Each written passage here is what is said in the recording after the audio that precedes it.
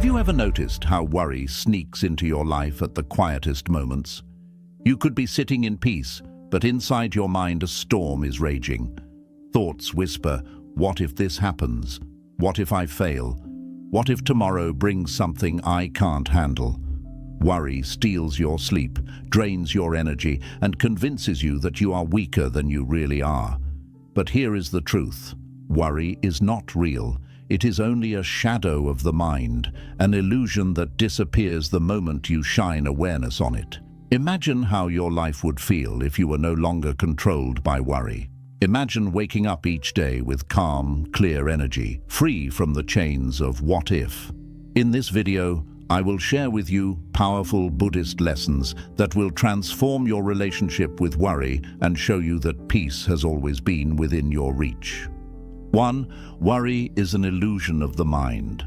Worry is one of the greatest tricks the mind plays on us. It makes you believe that you are in danger, when in truth you are often sitting in safety. Think about it carefully. When you worry, are you usually facing a real problem in the present moment, or are you imagining something that has not yet happened? The answer for most people is that worry is rarely about what is happening now. It is almost always about what might happen tomorrow, next week, or in some distant future that does not even exist yet. This is why Buddhism calls worry an illusion. It is a picture painted by the mind, not a reflection of reality. Imagine you are sitting in your room at night and suddenly you hear a noise outside. Immediately your mind begins to race. You think, what if it's a thief? What if something bad is about to happen? What if I'm not safe? In that moment, your body reacts as though the danger is already real. Your heart beats faster, your hands may tremble, and your breath becomes shallow. But when you check outside, you discover it was only the wind, or perhaps a cat passing by. The danger was never there, but your body and mind suffered as though it was. This is the power of worry. It makes you fight battles that don't even exist. When you look at worry closely, you will see that it is nothing more than thought after thought piling on top of each other, forming a story in your head. The mind says, what if I lose my job? What if people don't like me? What if I fail? What if I get sick? What if I never succeed? None of these things are happening right now, but by imagining them, you give them power. Your mind cannot tell the difference between a thought and reality. It reacts as if the illusion is the truth. That is why you feel stress, anxiety, and fear over things that are not even present. Buddhism teaches that the key is awareness. The moment you stop and ask yourself, is this happening now, in this very second? You begin to see through the illusion. If it is not happening now, then it is only a creation of your mind. This realization is powerful because it frees you from the trap of believing every fearful story your mind invents. When you learn to separate what is real from what is imagined, you find peace. Worry is like a shadow. It looks big and frightening on the wall, but if you turn toward the light, you see there is nothing solid behind it. In the same way, once you bring awareness to your thoughts, you realize that most worries are empty. They are shadows with no true form. This does not mean you ignore real challenges. If something needs action, you take action, but you stop torturing yourself with endless imaginary scenarios that never come true. When you understand that worry is an illusion of the mind, you take the first step toward freedom. You realize that you don't have to believe every thought that enters your head. You are not your thoughts. You are the awareness behind them. And from that awareness, you can choose peace instead of worry. 2. Everything you fear is temporary. One of the most comforting truths taught in Buddhism is impermanence, the understanding that nothing in life stays the same forever. Everything arises, everything changes, and everything eventually fades away. This truth is not meant to make you sad, but to free you from the grip of worry. When you believe that your pain will last forever, when you convince yourself that your struggles are permanent, worry begins to grow larger and heavier in your mind. But when you see clearly that every experience is temporary, you gain the strength to endure and the wisdom to stay calm. Think about the hardest moments of your life. Perhaps there was a time when you felt heartbreak, when you thought you would never smile again. Maybe you faced a financial difficulty that made you believe you would never escape it. Or perhaps you went through a season of stress, illness, or fear that seemed endless. Yet here you are today, still standing, still breathing, and still moving forward. Those storms passed, just as all storms pass. At the time, it felt permanent, but it was not. Life carried you through, and tomorrow carried a new light that you could not see in the middle of your darkness. This is the nature of impermanence. Joy comes, but it does not stay forever. Sorrow comes, but it too must leave. Success rises, but even that changes. Failure arrives, but it cannot remain. Everything is in motion, just like the river that keeps flowing. Worry, however, makes you believe that your situation is frozen, that your suffering is locked in place with no way out. This is one of the biggest lies of the worrying mind. Imagine holding a glass of water with your arms stretched out. At first, it feels light and easy, but if you keep holding it for 1 hour, your arm begins to ache. If you hold it for 2 hours, the pain becomes unbearable. The glass of water has not changed, but the longer you hold it, the heavier it feels. Worry works the same way. The problem may not be permanent, but holding onto it in your mind makes it feel endless. If you learn to put it down, to remind yourself that this too will pass, the weight immediately lightens. Buddhism invites us to reflect deeply on impermanence. If you are in pain, know that it cannot last forever. If you are anxious, know that this feeling will fade. If you are caught in worry, remind yourself that change is the law of the universe. Even the darkest night eventually gives way to dawn. Even the fiercest storm eventually gives way to calm skies.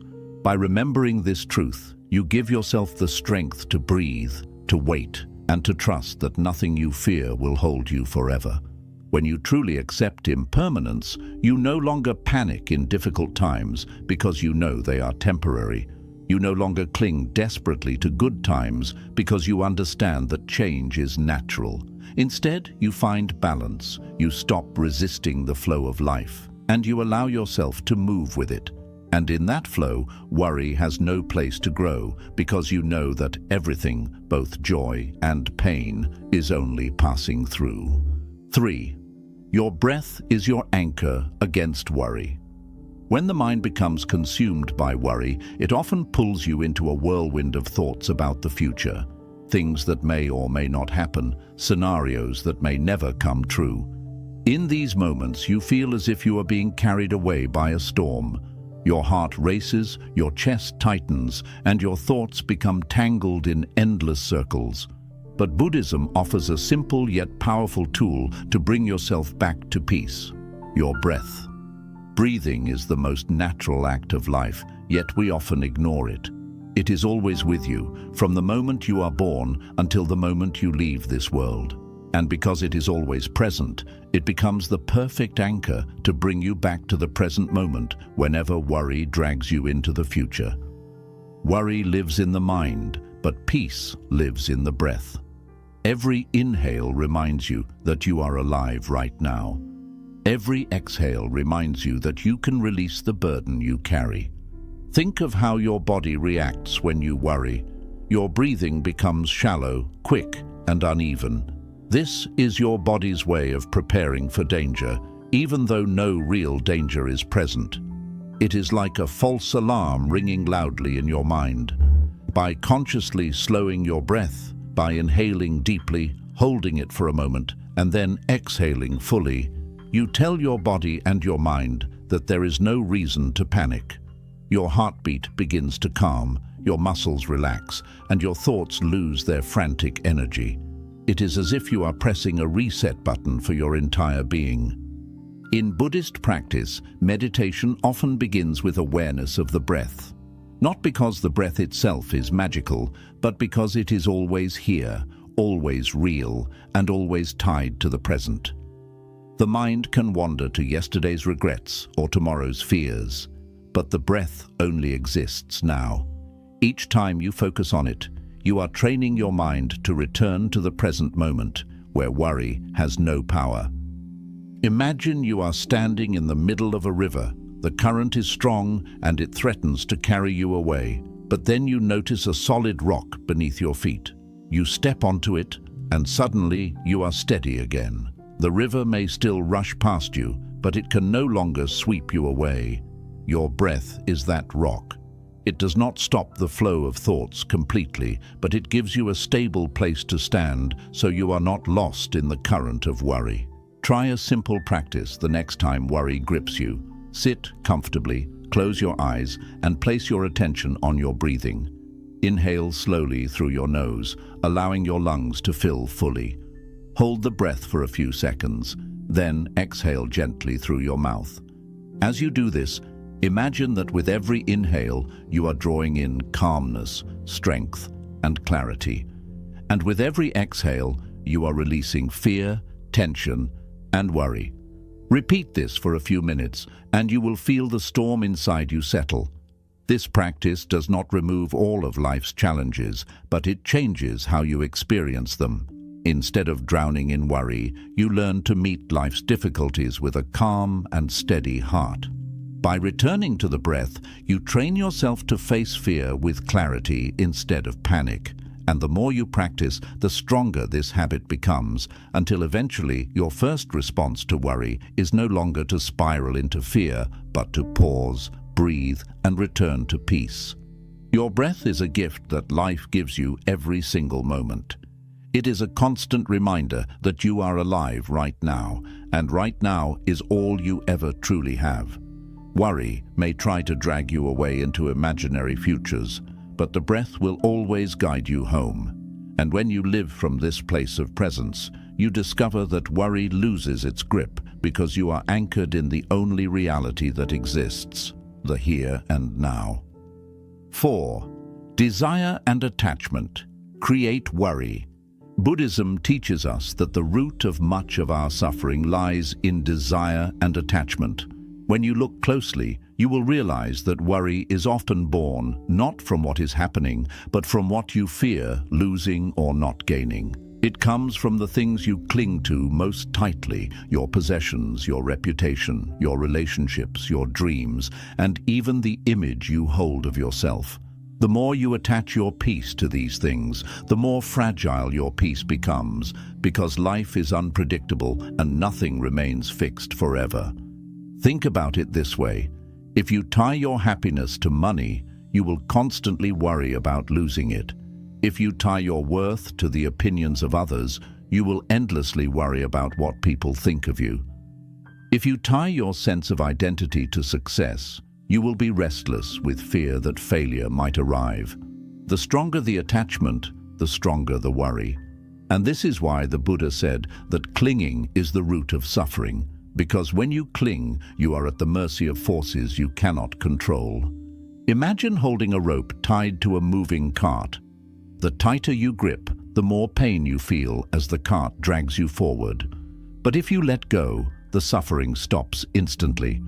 Attachment works in the same way. The harder you cling to things outside yourself, the more you suffer when life moves in a different direction. Worry grows because you cannot accept the thought of letting go, so your mind begins to create endless scenarios. What if I lose this? What if I fail at that? What if this person leaves me? What if things don't go the way I want? These what-ifs are not signs of reality. They are signs of attachment.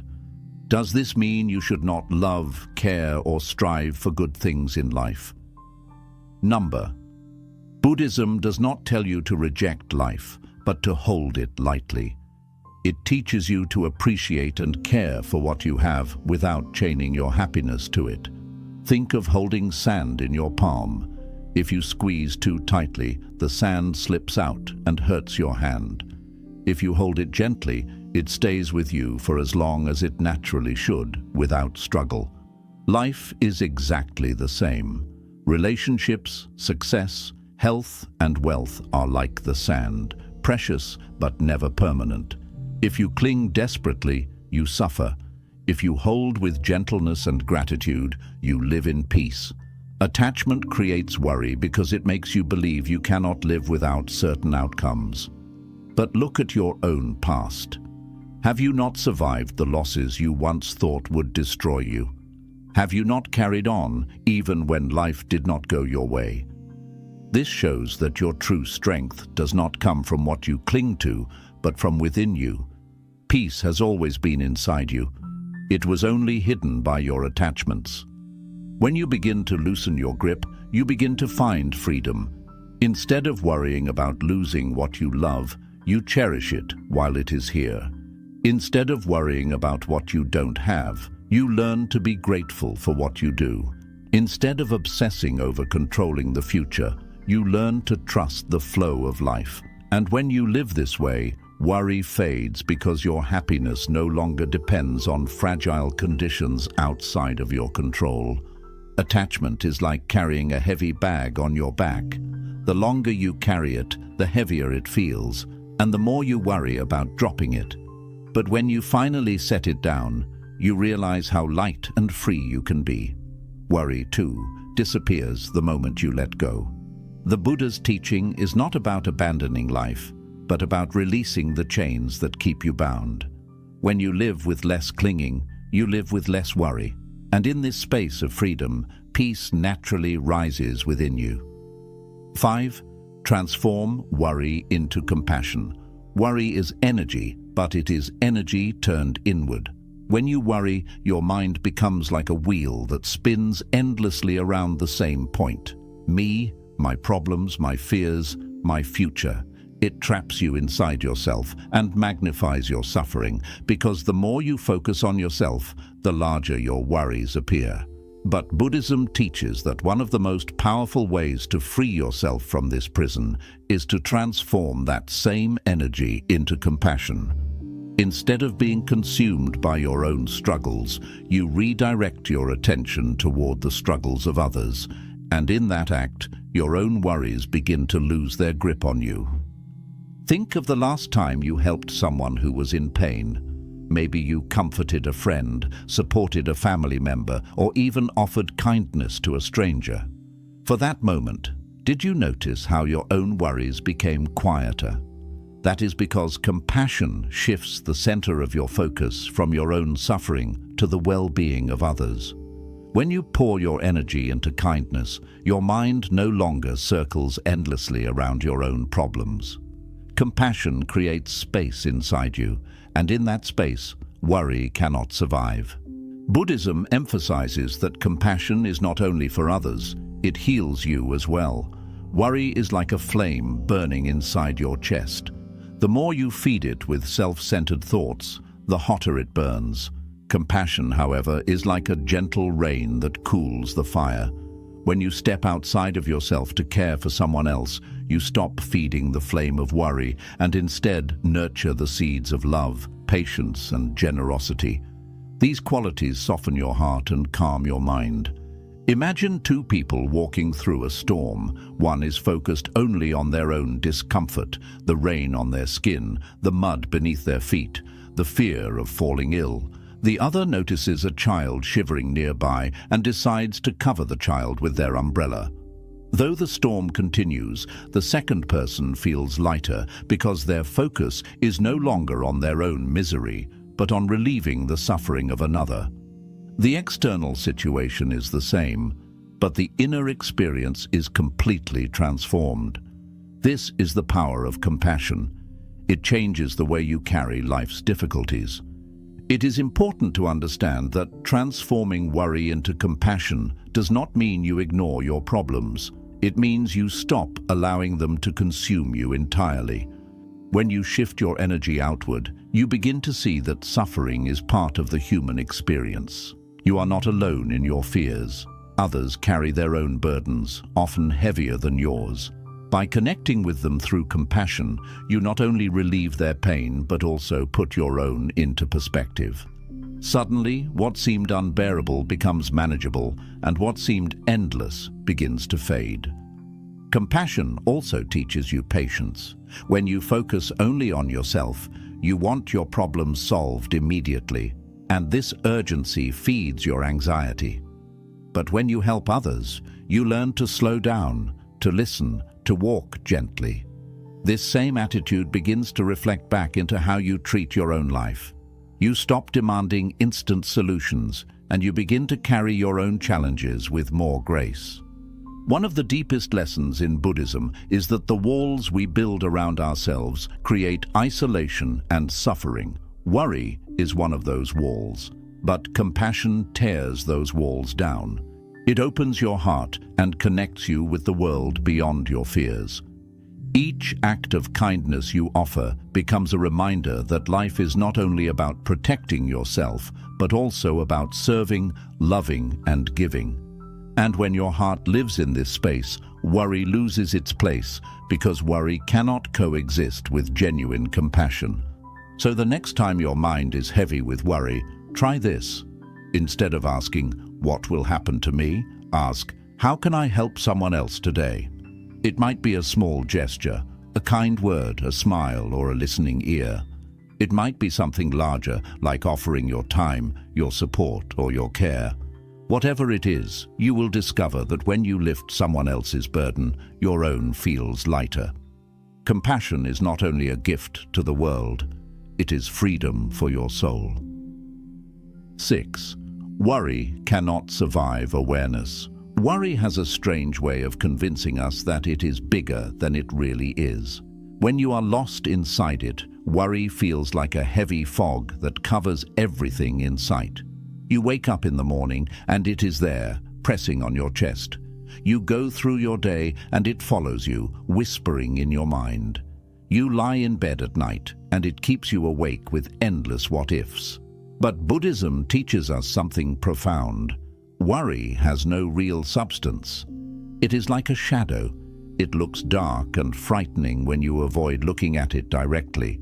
But the moment you shine awareness on it, you see that there is nothing solid behind it. In truth, worry cannot survive when it is fully seen. To understand this, we must first see how worry works.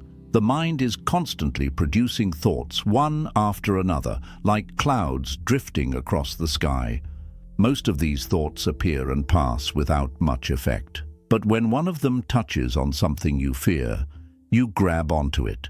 You repeat it, you add details, and you begin to imagine a story around it. A single thought of, "What if I fail?" suddenly becomes a movie in your mind where you see yourself losing everything, disappointing everyone, and being left alone. The mind creates these stories so quickly that you hardly notice the moment they begin.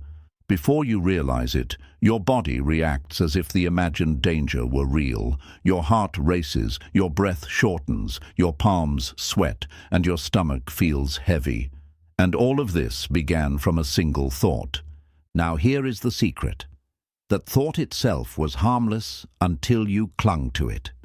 Just as a cloud drifting by the sun cannot harm you unless you stare at it and imagine it becoming a storm, a thought cannot harm you unless you believe it and give it power. Worry thrives when you ignore it or when you fight it, because in both cases you are treating it as something real. If you ignore it, it hides in the corners of your mind and grows stronger. If you fight it, you give it energy, because what you resist often persists. But when you look at it directly, with calm awareness, you begin to see it for what it truly is, a passing thought, not a permanent truth. This is why mindfulness is so central in Buddhism. Mindfulness is the practice of being fully aware of what is happening inside and outside of you, without judgment and without resistance. When a worry arises, mindfulness allows you to say, "This is just a thought. It is not reality. It is not permanent. It will pass." By observing it with awareness, instead of reacting to it, you take away its power. Worry cannot survive in the clear light of awareness, because awareness shows you that it is only a visitor, not a master. Let us use an example. Imagine you are preparing for an important job interview. A thought enters your mind. What if I make a mistake? What if I embarrass myself? What if they reject me? Immediately, your body tenses and your mind begins to spin. Without awareness, you believe the thought and you begin to rehearse failure in your head. By the time you arrive at the interview, you are already drained, not because of reality, but because of the story your mind created. Now imagine the same scenario with mindfulness. The thought arises. What if I fail? But instead of believing it, you pause and notice it. You take a breath and say to yourself, "This is only a thought.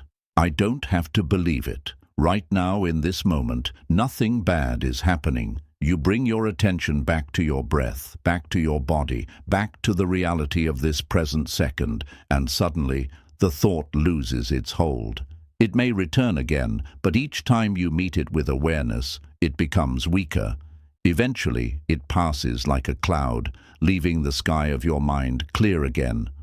Awareness works because it changes your relationship with worry. Instead of being its victim, you become its observer. Think of watching a play in a theater. When you are lost in worry, you feel like you are on the stage, playing the main role in the drama of fear. But when you step into awareness, you move into the audience. You sit back, you watch, and you realize it is only a performance. The actors come and go, the story changes, and none of it is who you truly are. You are the witness, not the drama itself. This realization is life-changing. When you begin to see your worries as thoughts instead of truths, you no longer have to obey them. A thought might tell you, "You are not good enough," but awareness allows you to respond. "That is only a thought, not my identity." A thought might say, "Something terrible will happen," but awareness lets you reply, "That is only a possibility my mind is imagining, not a reality in this moment." Worry feeds on your belief, and when you stop believing it, it starves. Another powerful aspect of awareness is that it brings you back to the present moment. Worry always lives in the future. It says, "What if this happens tomorrow? What if I cannot handle what comes next? What if the future goes wrong?" But the future does not exist. It is only an idea in your mind. The present moment, however, is real, and when you bring your awareness to the present, you often discover that there is no actual problem right now. You are breathing, you are safe, you are alive. The sky above you has not fallen, the floor beneath you has not disappeared. The danger exists only in thought, not in reality. A Buddhist monk once explained it beautifully. Worry is like carrying two burdens at once. First, you carry the present challenge, and then you add another burden, the fear of what might happen in the future. Awareness helps you put down the second burden. It does not mean you deny challenges, it means you stop suffering twice. You deal with what is real, not with what is imaginary. Practical mindfulness exercises can strengthen this awareness. When you notice worry rising, instead of getting lost in thought, pause and ask yourself simple questions. What am I feeling in my body right now? What is happening around me right now? What is the sound I hear, the sensation I feel, the breath I take? These questions anchor you back to the present, where worry cannot survive. You can also visualize your thoughts as leaves floating down a stream. Each worry that arises is just another leaf. You do not chase it, you do not fight it. You simply watch it float by.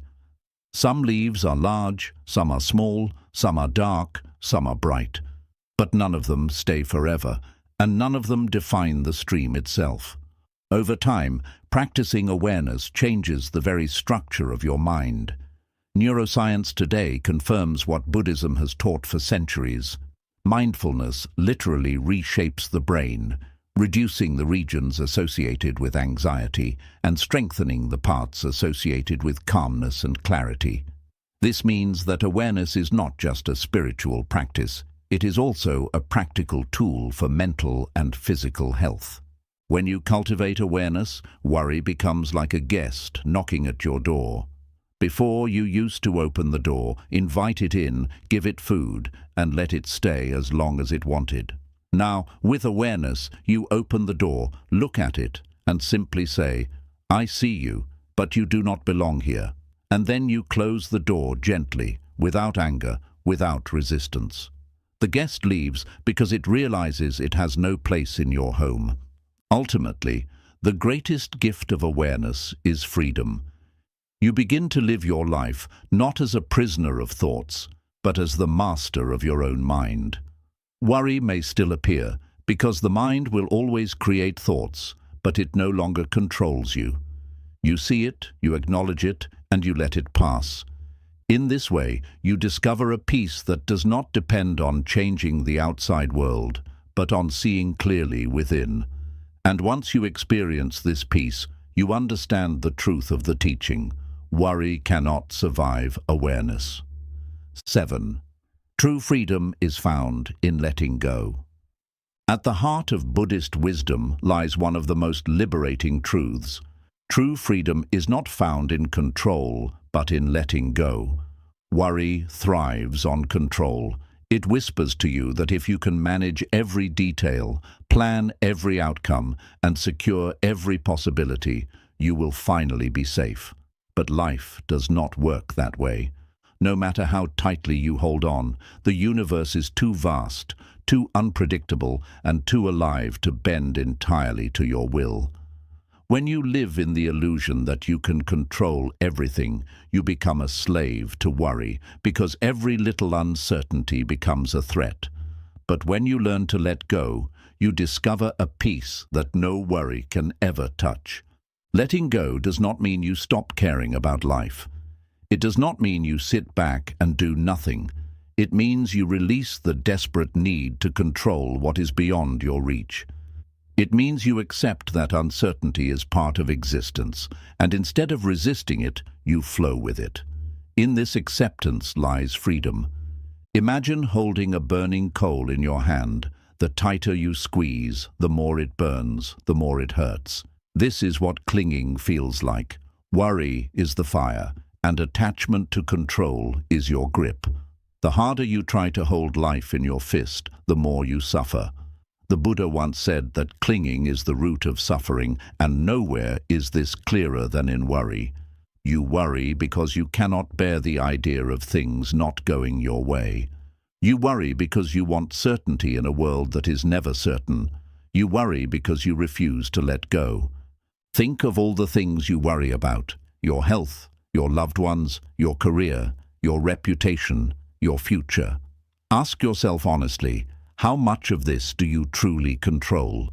You may influence some of it. You can eat healthy, work hard, be kind, make wise decisions. But beyond that, there are countless forces at play: time, chance, the choices of others, and the mysteries of life itself. When you cling to the illusion of control, every one of these forces becomes a source of worry. But when you let go, when you release the need to dictate every outcome, you feel lighter. You stop carrying the burden of the universe on your shoulders, and you begin to live in harmony with it instead. Letting go also means trusting. Trusting that life has its own rhythm, that change is natural, that endings are followed by beginnings. When you plant a seed, you do not dig it up every hour to check if it is growing. You water it, you care for it, and you trust the soil and the sun to do their work. Worry is like digging up the seed every moment, suffocating it with fear and impatience. Letting go is planting the seed, doing your part, and then releasing the outcome to the flow of life. This trust is not weakness, it is wisdom. It allows you to live with peace even when the future is unknown, because you understand that uncertainty is not your enemy, but simply the way life unfolds. Think back to times in your life when you tried to control everything. Did things always go as you planned? Or did life surprise you in ways you never expected? How many times did you think you knew what was best for you, only to discover later that something you resisted turned out to be a blessing? Life has a wisdom far greater than the limited view of the human mind. When you let go, you make space for that wisdom to guide you.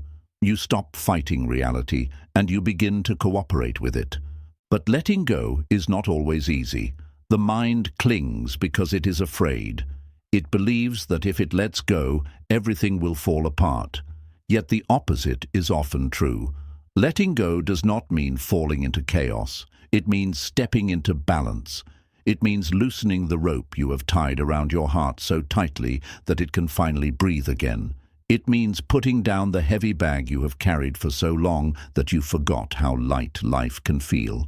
One way to practice letting go is through awareness. Each time worry arises, notice the thought. Instead of following it, instead of feeding it, pause and ask yourself, is this within my control? Can I do something about it now? If the answer is yes, take calm, mindful action. If the answer is no, then recognize that clinging will not change the outcome. In that moment, let it go. Release it, just as you would release a balloon into the sky. Watch it drift away and feel the relief of not carrying it anymore. Another way to practice letting go is through gratitude. Worry always focuses on what might go wrong, but gratitude focuses on what is already right. When you take time each day to notice the blessings you already have, the breath in your lungs, the people who care for you, the opportunities you have been given, you shift your mind from scarcity to abundance. And in that space, worry loses its grip, because you realize you do not need to cling to every outcome to be at peace. Letting go also means forgiveness of yourself, of others, and of the past. How much of your worry is tied to old wounds, regrets, or mistakes? The past is already gone, yet the mind clings to it, replaying it again and again, as though doing so could change it. But when you forgive and release the past, you let go of the chains that bind you. You step into the present moment, where life is fresh and new. Worry cannot follow you there, because worry only survives in the places you refuse to release. There is a story in Buddhism about a man who was shot with an arrow. Instead of removing the arrow immediately, he insisted on knowing who shot it, what kind of wood the arrow was made of, what feathers were used, and what direction it came from. While he wasted time worrying about all these details, the poison from the arrow spread through his body. This is how worry works. We get caught in endless questions about why and what if, while life itself is asking us to let go, to respond with presence, and to live fully in the moment we have. True freedom is found when you understand that life is not about controlling every wave, but about learning how to ride the ocean. Sometimes the waves will be gentle, sometimes they will be fierce.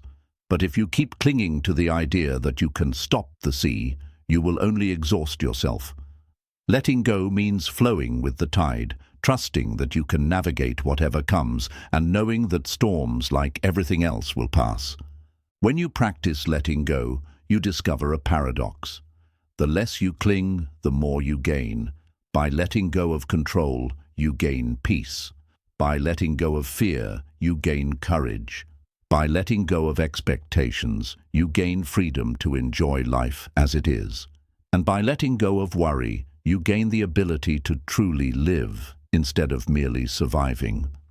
So ask yourself today, what am I holding on to that is causing me suffering? Is it an expectation, a fear, a need to control something that is beyond my reach? Imagine placing it in your hands, holding it for a moment, and then gently opening your palms to let it go. Feel the weight lift. Feel the freedom enter. This is not weakness, it is the deepest strength, because it takes courage to trust life more than you trust your fear. When you truly learn to let go, you step into a peace that no one can take from you. Worry loses its chains because you no longer hold them. You realize that freedom is not found in controlling life, but in surrendering to its flow with an open heart. And in that surrender, you finally taste the freedom the Buddha spoke of. The freedom that comes when you release clinging, embrace the present, and allow life to simply be. 8. Freedom from worry. comes when you accept the present moment as it is. One of the deepest roots of worry is resistance. The mind constantly argues with reality. It says, this should not be happening. Things should be different. My life should not look like this. Every time you resist what already exists, you create inner tension. That tension fuels worry, because instead of working with the present, your energy goes into fighting it. But Buddhism teaches that peace is not found by resisting the moment. It is found by accepting it fully. Acceptance does not mean you approve of everything that happens. It does not mean you never take action to improve your situation. It simply means you stop wasting energy fighting against what already is. Worry lives in the gap between reality and your expectations. When life does not match the picture in your mind, worry rushes in to fill the space. You begin to ask endless questions. Why is this happening to me? What if it never changes? How will I survive this? These questions are not grounded in the present. They are fueled by rejection of the present. Acceptance closes this gap. The moment you stop insisting that reality must be different, you stop pouring energy into resistance, and suddenly your mind becomes lighter. Consider this example. You are stuck in traffic on your way to an important meeting. The cars are not moving, time is passing, and your mind begins to race. What if I'm late? What if I miss my opportunity? What if this ruins everything? The more you resist the fact that you are in traffic, the more your worry multiplies. But notice the truth. You are already there. Worry does not move the cars. Worry does not change the clock. It only drains you. Acceptance, on the other hand, allows you to take a deep breath and recognize, this is the situation right now. I cannot change it, but I can change how I respond. Suddenly, instead of burning inside, you conserve your energy. You may use the time to reflect, to listen to something meaningful, or simply to practice patience. The outer situation remains the same, but the inner suffering dissolves. This principle applies to every area of life. If you are ill, resisting the fact that you are ill only adds suffering to suffering. If you lose something, refusing to accept the loss multiplies your pain. If you face a challenge, insisting that it should not exist blinds you to the solutions that could move you forward. Acceptance is like opening your eyes in a storm. The storm may still rage, but now you can see clearly where you stand, and that clarity gives you strength. In Buddhism, acceptance is closely tied to mindfulness. To accept the present moment, you must first see it clearly. That means observing your feelings, your thoughts, and your surroundings without judgment. If you are sad, acknowledge, I feel sadness. If you are afraid, acknowledge, I feel fear. If you are in pain, acknowledge, I feel pain. Often, worry grows because we deny these truths. We push them away, pretend they are not there, or cover them with distractions. But denial only makes them stronger in the background. When you face them with acceptance, they begin to loosen their grip. You realize that feelings are temporary visitors, not permanent residents. Acceptance also reveals a profound truth. The present moment is always survivable. Think carefully. Have you ever faced a moment you could not endure? You may have faced pain, difficulty, or sorrow, but you are still here. You survived every moment until now. Worry convinces you that you cannot survive the future, but the present is always survivable because it is always just this breath, just this step, just this moment. Acceptance anchors you in this truth. One of the greatest mistakes people make is confusing acceptance with passivity. They believe that if they accept life as it is, they will stop growing, stop striving, or stop improving their situation. But acceptance does not paralyze you. It empowers you. When you stop wasting energy denying reality, you free that energy to take wise, calm action. Instead of reacting out of fear, you respond with clarity. Instead of drowning in "why me?" you ask, "what now?" That shift from resistance to acceptance is the bridge from worry to peace. Letting go and acceptance are deeply connected. Letting go is the release of clinging to control. Acceptance is the embrace of reality as it stands. Together they form the path to true freedom. Without acceptance, worry lingers because you are always hoping reality will match your imagination. With acceptance, you live in harmony with life as it unfolds. And in that harmony, worry has no place to grow. Think of a tree in the middle of a storm. The wind blows fiercely, the rain pounds, and the tree bends with the force. If the tree resisted rigidly, refusing to move, it would snap. But because it bends, it survives. Acceptance is that bending. It does not mean weakness. It means flexibility, resilience, and wisdom. The storm may come, but it cannot break you because you are no longer resisting life. You are moving with it. Acceptance also transforms relationships. How much of your worry is about how others should behave? You may think, they should treat me differently. They should understand me better. They should act the way I expect. This attachment to how others should be creates endless worry and disappointment. Acceptance means seeing people as they are. You cannot control their choices, but you can choose your response. You can choose compassion instead of resentment, patience instead of frustration, understanding instead of judgment. When you accept others as they are, you stop living in the prison of constant worry about their actions. Finally, acceptance brings you into alignment with the deeper truth of impermanence. Everything changes. The present moment, no matter how difficult, will not last forever. By accepting it fully, you actually allow it to pass more quickly because you are no longer clinging or resisting. You are flowing with the river of life instead of fighting against it. The practice of acceptance does not happen overnight. It is a daily discipline. Each time you notice yourself worrying, pause and ask, what am I resisting right now? What part of reality am I refusing to accept? Then gently open your heart and remind yourself, this is how it is right now. It does not have to define my future, but it is here in this moment. I can accept it. I can face it. I can live through it. This simple practice begins to dissolve the roots of worry, one moment at a time. When you embrace the present moment as it is, you discover something extraordinary. Beneath the layers of resistance, beneath the stories of worry, there is a quiet peace that has always been there. It does not depend on things being perfect. It does not require certainty about tomorrow. It simply exists, waiting for you to notice it. Acceptance uncovers this peace, like clouds parting to reveal the sun. The sun was always shining. It was only hidden from view. And so the path becomes clear. Worry cannot survive where there is full acceptance.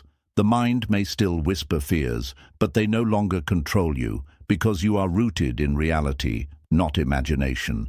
You are present, not lost in the future. You are free, not enslaved by resistance. This is the freedom the Buddha pointed to, the freedom of being fully alive in this moment without the chains of worry pulling you away. 9. The path beyond worry is trusting the flow of life.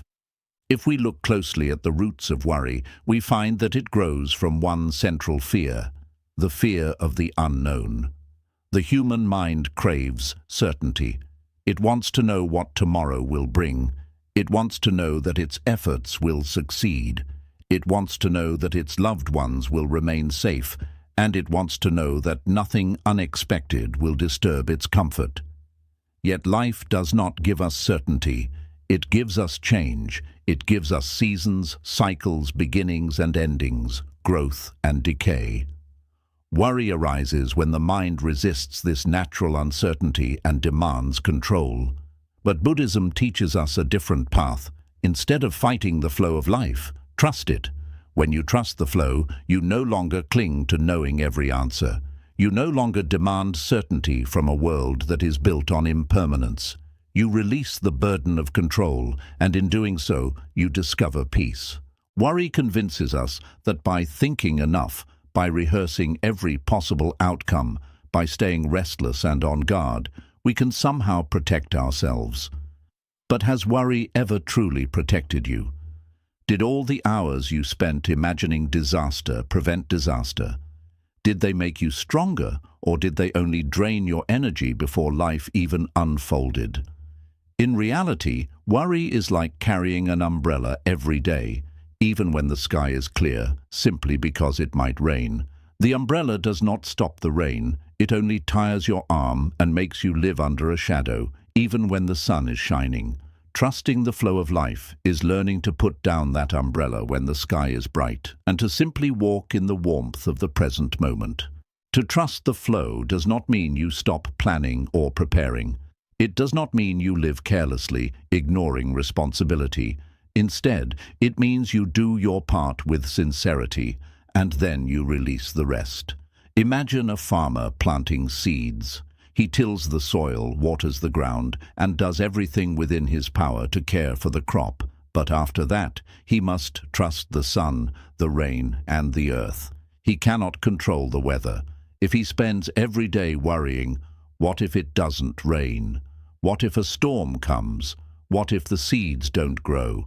He will only exhaust himself without changing the outcome.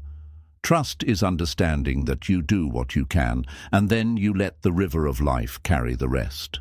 The Buddha often used the metaphor of a river to describe life. A river flows constantly, never stopping, never holding on to any one moment. If you try to dam the river completely, you create pressure, resistance, and even destruction. But if you float with the river, if you learn to move with its currents, it carries you gently onward. Worry is like trying to stand still in the middle of that river, resisting its flow. You feel overwhelmed, unsteady, and afraid of being swept away. Trust, however, is learning to float. It is allowing the river to carry you, knowing that wherever it goes is part of the journey. One of the most profound truths of Buddhism is interdependence. Everything in life is connected. The rain depends on the clouds depend on the sun depends on the universe. Your life is not separate from this flow, it is part of it. Every experience, every encounter, every challenge is woven into a larger pattern that you cannot always see. Worry comes from trying to control this vast web with your limited perspective. Trust comes from recognizing that you are a part of this web and that life unfolds with a wisdom beyond what the mind can grasp.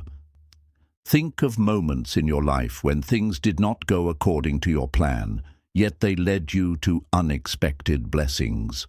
Perhaps you lost an opportunity, only to find a better one later. Perhaps someone left your life, only to make space for someone else to enter. At the time, you may have worried, resisted, or felt despair, but looking back, you see how life had a larger plan for you. This is the essence of trusting the flow, believing that even when you cannot see the full picture, life is still guiding you toward growth. But how do you cultivate this trust in daily life? The first step is awareness. Notice when your mind begins to demand certainty. Notice when your thoughts say, "What if I fail? What if I am not enough? What if the future collapses?" Instead of being pulled into these thoughts, pause and remind yourself, "I cannot control the future. I can only live this moment." Then return to your breath, return to the present, and return to what is real. Trust grows when you practice this again and again. The second step is surrender. Surrender is not giving up. It is giving over. It is offering the future back to life instead of clutching it with fear. You can practice surrender in small ways. When plans change, instead of clinging to frustration, you say, "This is not what I expected, but I will flow with it." When you face uncertainty, you say, "I do not know how this will unfold, but I trust that I will meet it when it comes."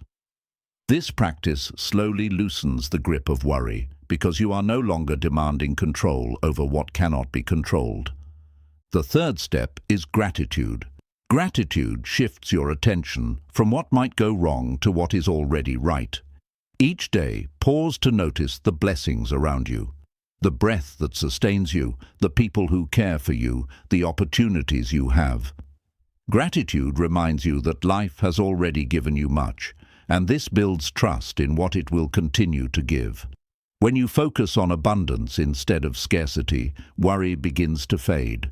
Trust also comes from observing nature. Look at the trees. They do not worry about whether the rain will come. Look at the birds. They do not worry about whether the sun will rise.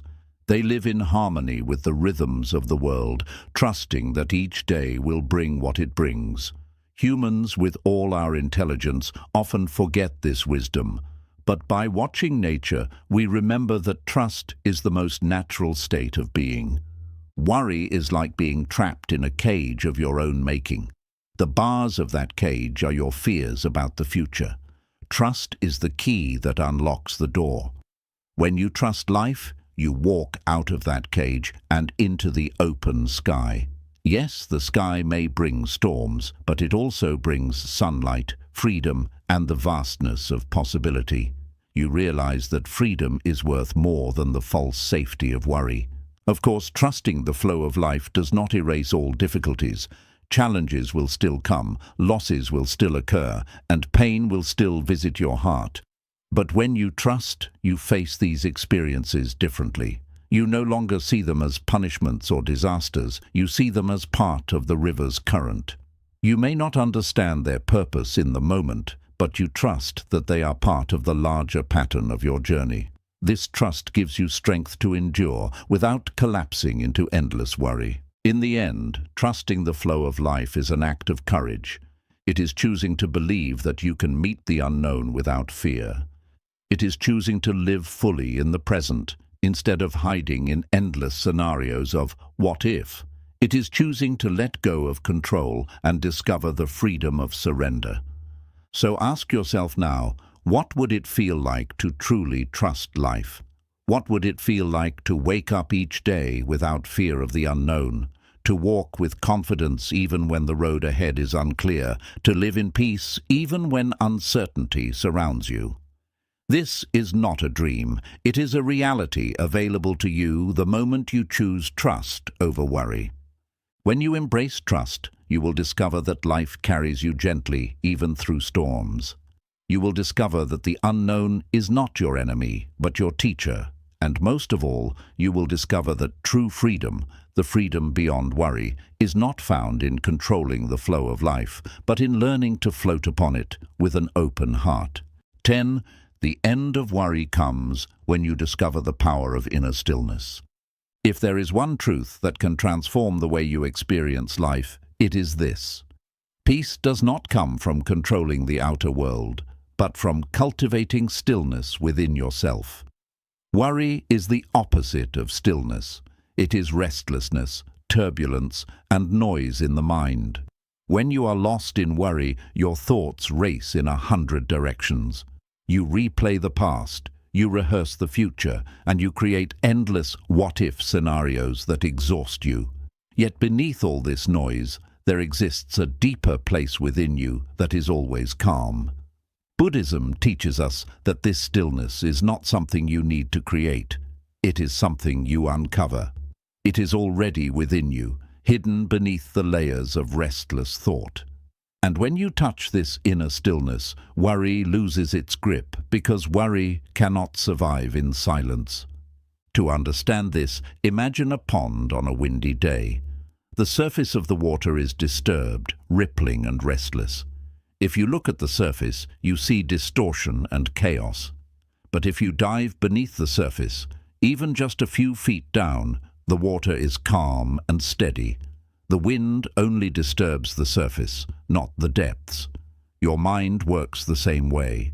Worry disturbs the surface, but beneath the surface there is always stillness.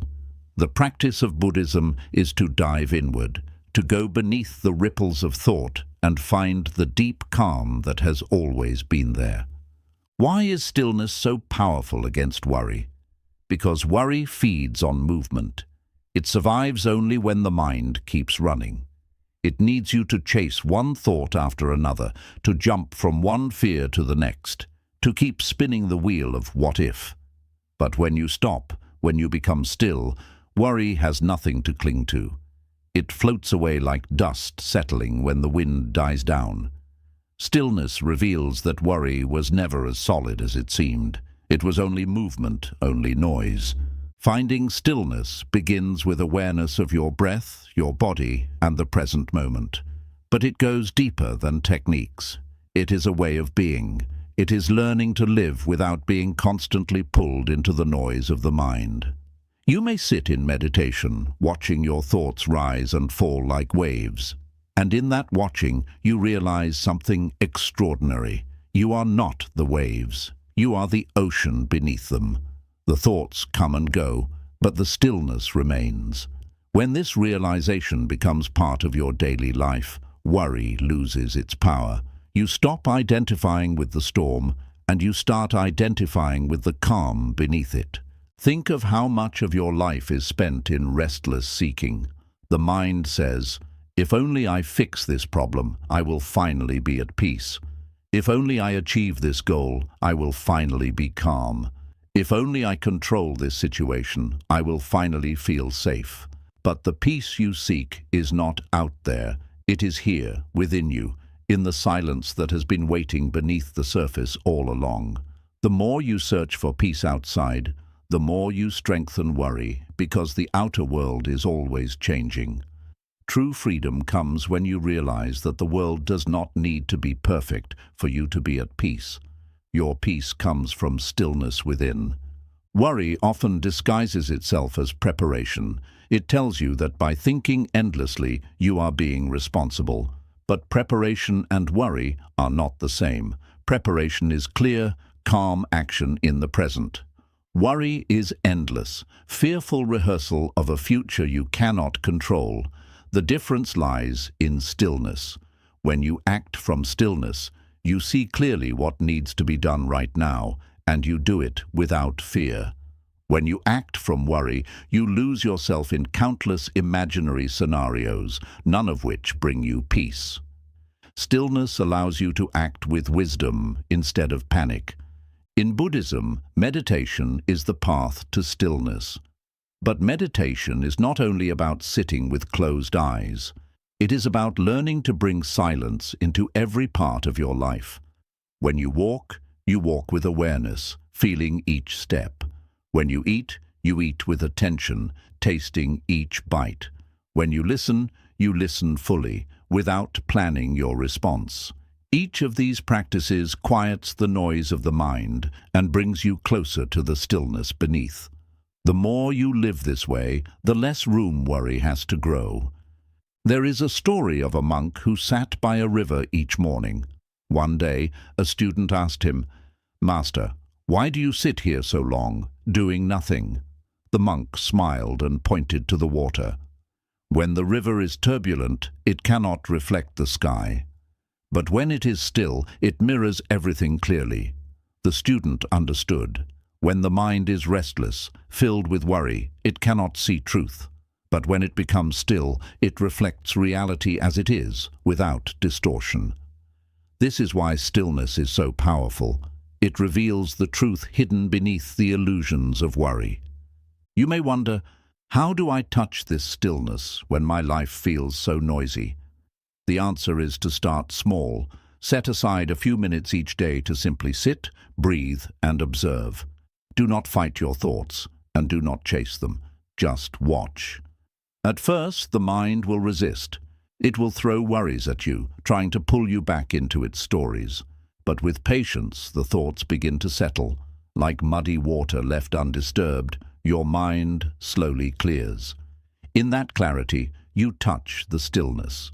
The more often you practice, the easier it becomes to access this calm, even in the middle of life's chaos. Stillness also teaches you humility. It reminds you that you are not the master of the universe, and you do not need to be. Life is vast, mysterious, and beyond full control. Worry arises when you try to play the role of the universe, believing you must manage every outcome. But in stillness, you remember that you are part of something greater. You are a wave in the ocean of existence, carried by forces beyond your understanding. This humility is freeing because it allows you to surrender the impossible task of control. You realize you do not need to know everything, you do not need to manage everything, and you do not need to worry about everything. You only need to live this moment fully, with awareness and peace. Another gift of stillness is that it heals the body.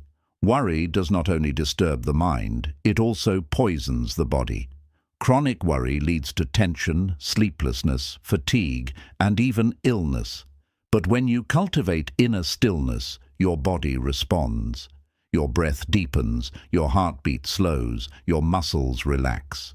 Your body learns to live in harmony with your mind. Science today confirms what Buddhism has taught for centuries. Stillness heals. Perhaps the most beautiful truth about inner stillness is that it is always here, waiting. You do not have to create it. You do not have to earn it. You only have to uncover it, like clearing away the clouds to see the sun. The sun of stillness has never left you. It was only hidden by the storm of worry.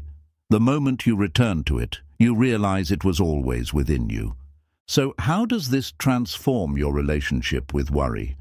When worry arises, you no longer see it as a monster to fight or a master to obey. You see it as a ripple on the surface of your mind. You acknowledge it, you let it pass, and you return to the stillness beneath.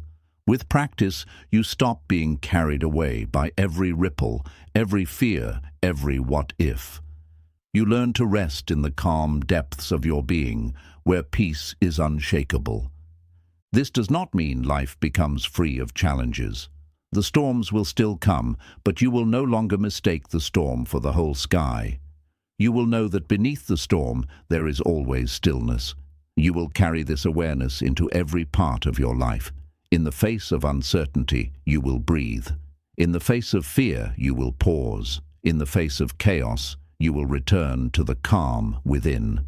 And from this calm, you will act with wisdom, clarity, and compassion. The end of worry is not the end of challenges. It is the discovery of a new way of living, a way rooted in stillness, acceptance, and trust. When you live this way, worry no longer enslaves you. You may still feel its presence at times, but it no longer rules you. You are free because you have touched the truth that lies beyond it, the stillness within, which no storm can disturb. So let this be your practice. Each day, take time to return to the silence within you. Let go of the noise of the mind, the endless what-ifs, the constant rehearsal of fears. Sink into the stillness, even for a few moments, and let it remind you of who you truly are. You are not the storm. You are not the worry. You are the calm beneath, the silence that holds everything. And when you live from this place, you will know the truth. Worry cannot survive inner stillness. 11. Worry ends when you learn to live without fear of tomorrow. Worry and fear are siblings.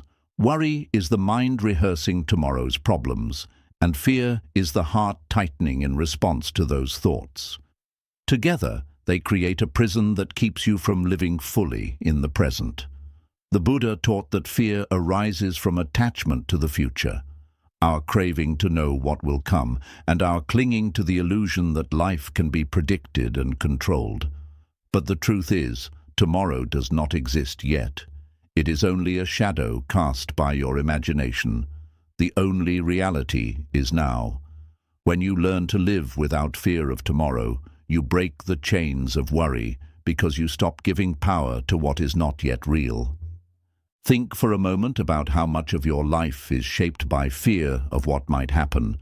You hesitate to pursue your dreams because you fear failure.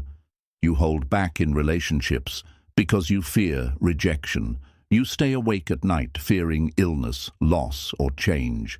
Yet, how many of these fears actually came true? And when they did, were they as unbearable as you imagined? The mind magnifies tomorrow's shadows until they look like monsters. But when you step into the moment itself, you discover you can endure far more than you feared. Fear of tomorrow is always greater than tomorrow itself. The path beyond worry, then, is not found in predicting or controlling tomorrow. It is found in transforming your relationship with it. Buddhism teaches that fear of the future comes from illusion, and freedom comes from wisdom. To live without fear of tomorrow, you must see three truths clearly: the truth of impermanence, the truth of non-attachment, and the truth of presence. The first truth is impermanence. Nothing lasts forever, not joy, not pain, not fear, not even life itself. When you realize that everything changes, you stop fearing tomorrow as something fixed and immovable. Tomorrow will not be a single solid block of destiny. It will be fluid, shifting, and alive. You may meet challenges, but they too will pass. You may encounter loss, but healing will follow. You may experience pain, but joy will return. Impermanence is not your enemy. It is your liberation, because it ensures that nothing you fear can imprison you forever. The second truth is non-attachment. Worry thrives on clinging. You fear tomorrow because you are attached to outcomes. I must succeed. I must not fail. This person must stay with me. My life must unfold this way. When the mind clings to these expectations, the future becomes frightening because it is full of possibilities where you might lose what you cling to. But when you loosen your grip, the fear loosens too. You realize that you can be at peace even if tomorrow does not go as planned. You realize your happiness is not tied to outcomes beyond your control, but to the freedom within you. Non-attachment is not about indifference. It is about being free enough to love, to work, to live fully without being enslaved by fear of loss. The third truth is presence. Fear only exists in the future. If you look closely at your life right now, in this exact moment, are you in danger? Are you being destroyed by the fears you imagine? Most often the answer is no. In this moment you are breathing. In this moment you are alive. In this moment you have the strength to face what is here. Presence dissolves fear because it anchors you in reality. The mind may create stories about tomorrow, but the present moment always reveals a simpler truth. You are safe here and now. When you bring these three truths together, impermanence, non-attachment, and presence, you begin to live without fear of tomorrow. You may still make plans, you may still dream, you may still work toward your goals, but you do so without clinging, without fear, and without letting the shadows of the future dominate your peace today. There is a powerful Buddhist practice that can help you dissolve fear of tomorrow. It is called contemplation of death. At first, this may sound frightening, but in truth, it is liberating. By reflecting on the reality that life is fragile and tomorrow is not guaranteed, you stop wasting your energy worrying about what has not happened yet.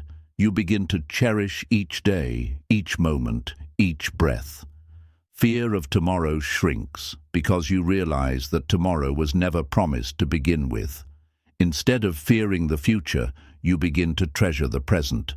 This does not make you careless, it makes you alive. Imagine carrying a heavy backpack filled with stones labeled "What if?" Every morning you put it on your back. What if I lose my job? What if I get sick? What if people leave me? What if I fail? The weight grows heavier each day, but notice that most of those stones never even fall on your path.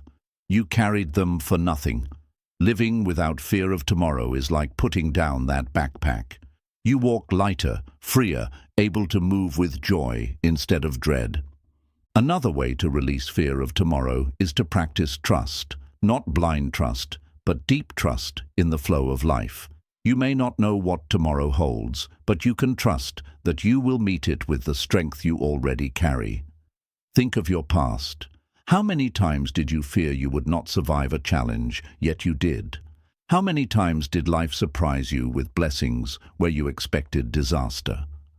This history is proof. You can trust yourself, and you can trust life.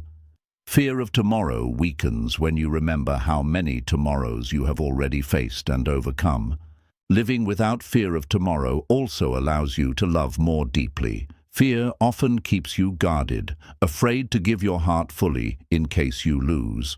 But when you stop fearing the future, you stop holding back. You love generously. You live courageously. You give freely. Worry tells you to save your love for a safe future. Presence tells you to pour your love into today. And when you live this way, fear of tomorrow loses its power because you are already living fully now. One of the greatest illusions of worry is that it protects you. You believe that by fearing tomorrow, you are preparing for it. But worry does not prepare you. It paralyzes you. Stillness, presence, and trust prepare you far better than fear ever could. When you are calm and mindful, you see solutions more clearly. When you are rooted in the present, you act wisely instead of reacting blindly. When you are free from fear, you walk into tomorrow with courage instead of trembling. The Buddha said, "The trouble is, you think you have time." Worry is the clearest proof of this truth. You live so much in fear of what might come that you forget to live now. But the now is all you truly have. Tomorrow will come or it will not, but either way, it is not yours yet. The present moment is your only true possession.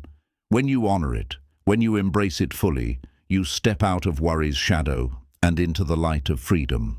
So ask yourself, what would it feel like to live without fear of tomorrow? What would it feel like to wake up each day without carrying the heavy stones of what if? What would it feel like to love, to work, to walk, and to breathe without the constant shadow of worry about the future? This is not a dream. It is possible. It begins the moment you choose trust over fear, presence over worry, and stillness over noise. The end of worry does not come from controlling tomorrow. It comes from realizing tomorrow does not exist yet. It comes from loosening your grip on what you cannot hold and from standing firmly in the truth of now. When you live without fear of tomorrow, you are finally free, not because life is predictable, but because you no longer need it to be. 12. Worry fades. When you realize the present moment is already complete. One of the most overlooked truths of human life is that we are always chasing what is next. The mind convinces us that happiness is around the corner, that peace will come tomorrow, that contentment lies in the next achievement, the next possession, or the next solution. And so we rush endlessly forward, rarely stopping to notice what is here. Worry is born from this constant chase. It tells us that until we secure the future, until we control every possibility, we cannot rest. But Buddhism teaches a profound secret. The present moment is already complete. You are not missing anything essential right now. You are already whole, already alive, already breathing. When you realize this truth, worry begins to dissolve, because you stop searching for peace in a tomorrow that does not exist. To understand this more clearly, consider a person standing on the edge of a beautiful garden. The flowers are blooming, the air is filled with fragrance, and the sunlight filters through the leaves in golden streams. Yet instead of entering the garden, the person stands at the gate, staring anxiously down the road, worrying about whether another garden might appear in the distance, whether the weather tomorrow will be good, whether the flowers in the next place might be brighter. They miss the garden that is right in front of them. This is how most of us live. The present moment is full of beauty and peace, but our minds are locked on what is missing, what might happen later, or what went wrong before. Worry is the result of this blindness. The Buddha reminded his followers to return again and again to the present, because it is the only reality. The past has already slipped beyond your reach. The future has not yet arrived. The only place you can ever live, act, or find peace is now. Yet how much of your life has been wasted in regrets about yesterday or fears about tomorrow? When you bring your attention back to the present, you discover something extraordinary. Nothing is missing. In this moment, your heart is beating, your lungs are breathing, and life is happening. Even if challenges exist, they exist only as one small part of the vast reality of now. Worry convinces you that the present is not enough. It says, "You will only be safe if this changes. You will only be happy if that happens. You will only be at peace if tomorrow turns out right." But when you pause and truly look at this moment, you often realize that you already have what you need. You have breath. You have awareness. You have the strength to face what is here. The present moment may not be perfect, but it is complete, because it contains everything necessary for you to live right now. Let us look at an example. Imagine you are sitting at home late at night, worrying about a bill that must be paid next week. Your mind begins to spin. What if I cannot pay it? What if everything falls apart? What if I fail? The worry grows larger and larger until you feel trapped in fear. But pause and notice. Right now, in this moment, are you safe? Do you have a roof over your head? Do you have food to eat? Do you have breath in your lungs? Most often the answer is yes. The problem may still exist, but it exists in the future, not in the present. By returning to the present, you discover that right now you are okay. And that realization allows you to act from peace instead of panic. This is not denial. It is clarity. You are not pretending that the future does not matter. You are refusing to let it dominate the only moment you can truly live. By grounding yourself in the completeness of now, you stop feeding worry with constant fear. Instead, you conserve your energy to take wise action when the time comes. Buddhism often speaks of suchness, the idea that life in each moment simply is what it is. This flower is blooming, this bird is singing, this breath is rising and falling. Worry pulls you out of suchness, insisting that what is should be something else. Acceptance pulls you back, reminding you that what is here is enough.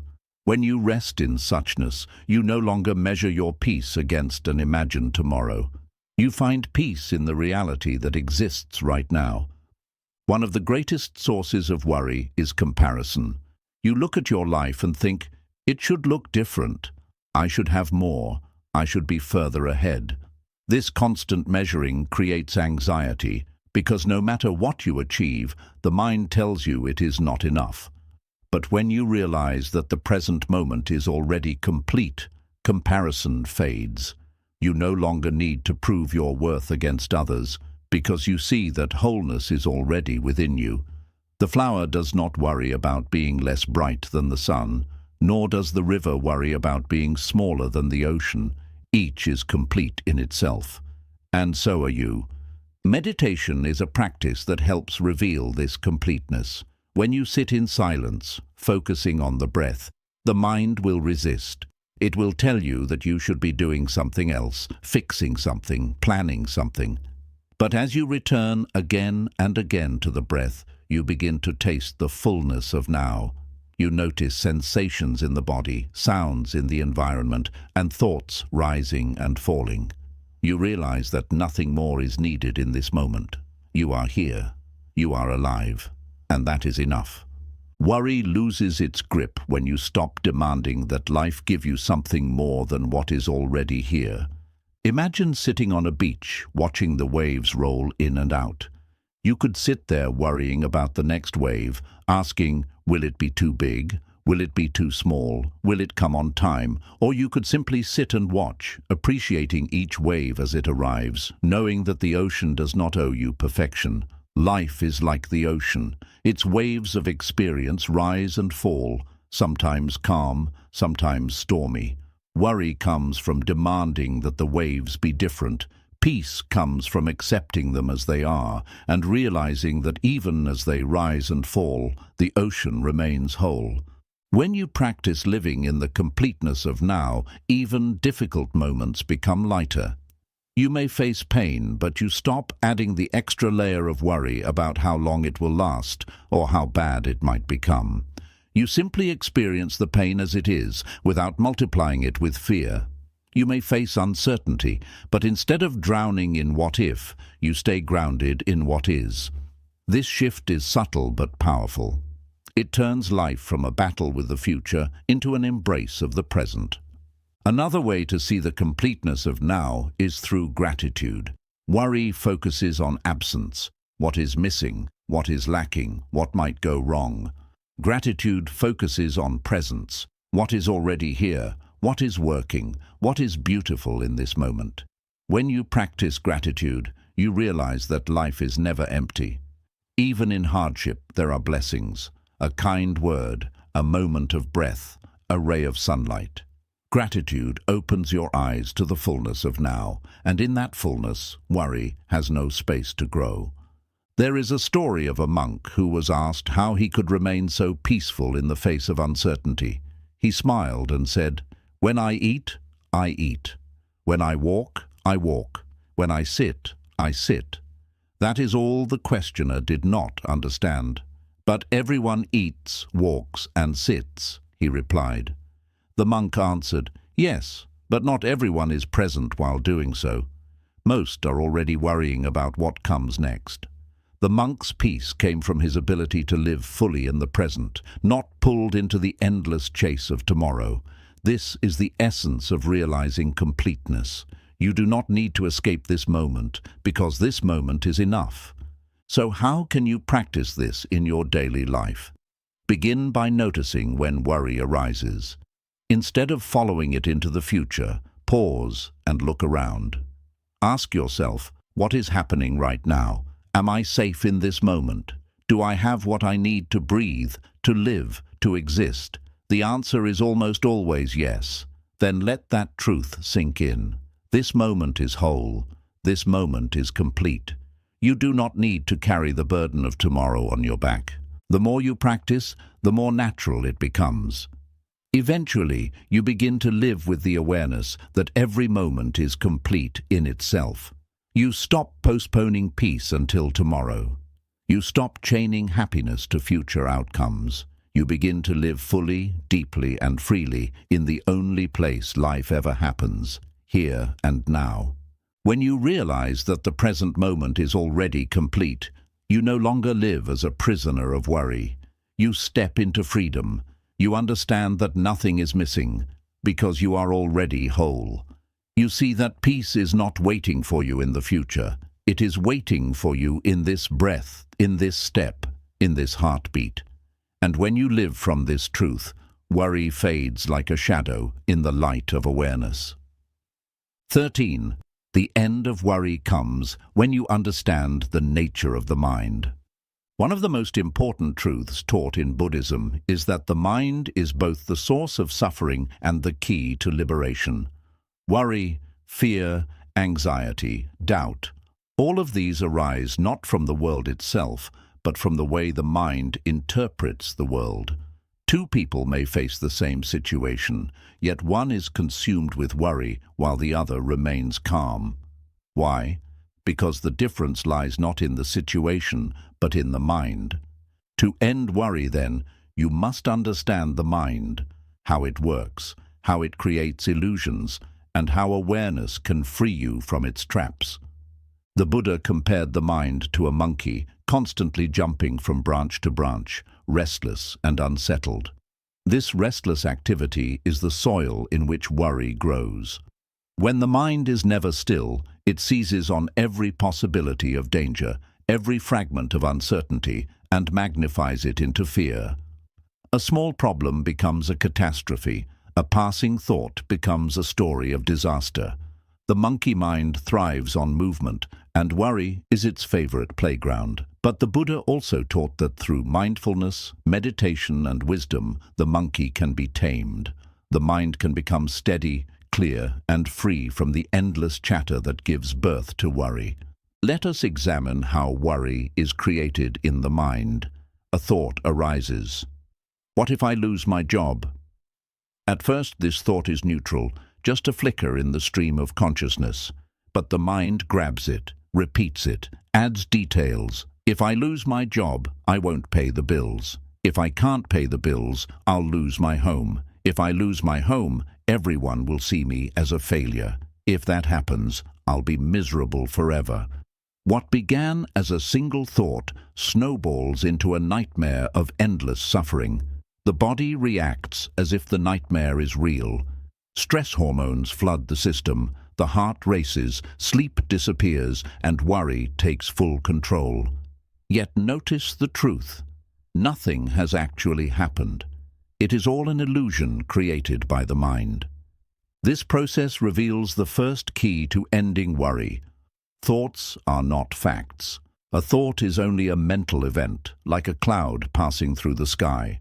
But when you forget this truth, you believe every thought as if it were reality.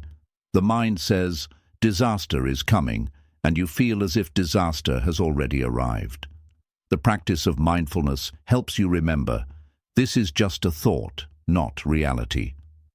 When you see thoughts as thoughts, you stop treating them as commands. Worry loses its grip because you no longer mistake imagination for truth. Another way the mind fuels worry is through habit. The brain learns patterns, and if you worry often, it becomes easier for the mind to slip into worry again. Worry becomes the default response, like a path in the forest that has been walked so many times it becomes smooth and easy to follow. The mind takes that path automatically, even when it is not useful. This is why worry feels so hard to escape. It has become a mental habit. But habits can be changed. Each time you notice worry and choose awareness instead, you are carving a new path. At first, it feels difficult, but with practice, the new path becomes easier and the old path grows over. Slowly, the mind learns a new way of being, calm, clear, and present. The Buddha also taught that craving and aversion, the constant push and pull of the mind, create suffering. Worry arises from this same movement. You crave certainty, so you worry about securing the future. You fear discomfort, so you worry about avoiding it. The mind is never satisfied, always reaching, always resisting. But when you see this pattern clearly, you can begin to step out of it. You realize that you do not need to satisfy every craving or eliminate every discomfort to be at peace. Peace is found not in controlling the world, but in calming the mind's endless push and pull. To deepen your understanding, imagine sitting by a river. Thoughts flow past like water. Some are calm, some are turbulent, some are dark, some are light. Worry is like trying to stop the river, grabbing at every current, clinging to every wave. You exhaust yourself fighting what cannot be controlled, but if you simply sit and watch, you see that the river flows on its own. Thoughts come and go. None of them define you, none of them last forever. The mind is not your enemy, it is simply a river. Worry ends when you stop fighting the river and instead watch it flow with awareness. Still, the mind is tricky. It convinces you that worry is useful, that by imagining problems you are preparing for them. But notice how often this is false. Worry rarely gives you solutions, it only repeats problems. True preparation is calm, practical, and present-focused. Worry is repetitive, fearful, and future-focused. The difference is awareness. When you act from awareness, you see clearly what can be done now. When you act from worry, you are trapped in endless what-ifs. Understanding this difference allows you to shift your energy from fearful repetition to mindful action. Meditation is the greatest tool for understanding the mind. When you sit quietly and watch your breath, you begin to notice the constant stream of thoughts. At first, you may feel frustrated because the mind will not stop moving. But slowly, you realize that the goal is not to stop thoughts, it is to see them clearly. You notice how they rise and fall on their own. You notice how one thought leads to another, creating stories. You notice how quickly the mind jumps from past to future, and with this awareness, you begin to loosen your grip. You no longer chase every thought. You no longer believe every story. You rest in the awareness that watches it all. This awareness is your true self, and in it, worry has no power. Understanding the mind also reveals a deeper truth. You are not your thoughts. The mind produces thoughts just as the body produces breath or the heart produces beats. They come and go without your control. Yet we often identify with them completely, saying, "I am worried, I am afraid, I am anxious." But are you the thought itself, or are you the one who notices it? When you see that you are the observer, not the thought, you create distance. Worry may still arise, but you no longer drown in it. You watch it come, you watch it go, and you remain free. The Buddha compared the mind to a mirror. When the mirror is covered in dust, it cannot reflect clearly.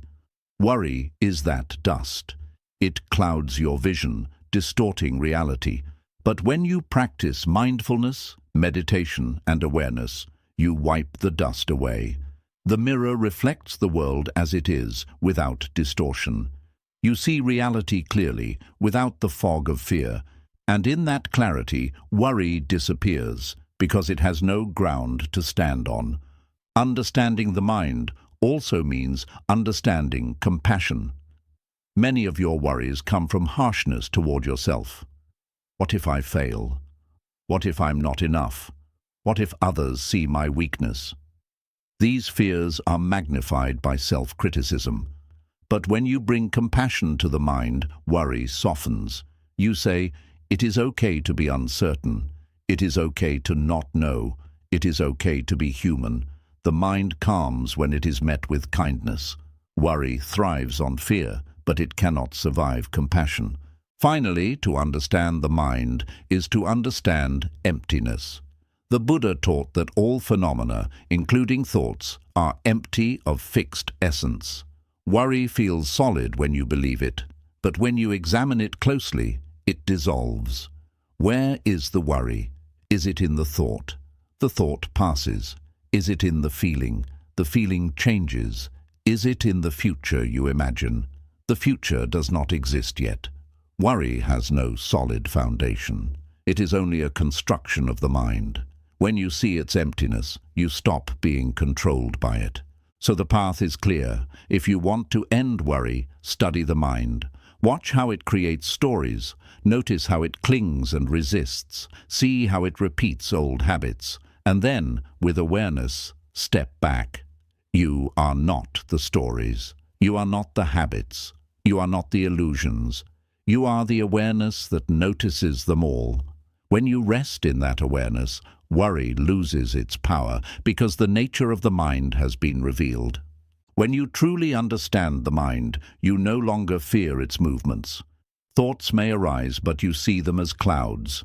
Emotions may surge, but you see them as waves. Worry may whisper, but you hear it as an echo. You remain steady because you know the truth.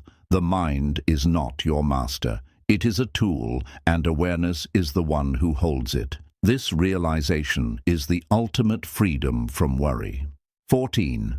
Worry disappears. When you see life as a teacher, not a threat. At the heart of worry lies a mistaken view of life. Most people see life as something that must be controlled, conquered, or defended against. They see each challenge as an enemy, each change as a danger, and each unknown as a threat.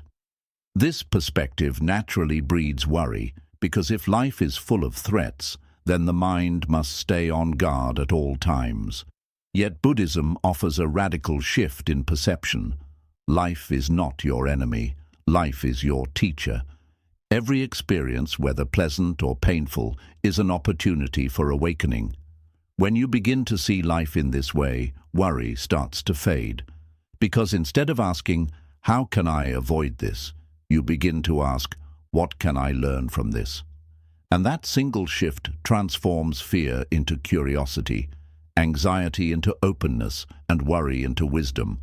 The mind that worries believes it must protect you from pain. It whispers, "If I can imagine every bad outcome, if I can prepare for every danger, then you will be safe." But the truth is, no amount of worry can protect you from the natural flow of life. Pain will still come, loss will still happen, and uncertainty will always exist. Worry cannot stop these things. It only makes you suffer twice, once in imagination and again in reality.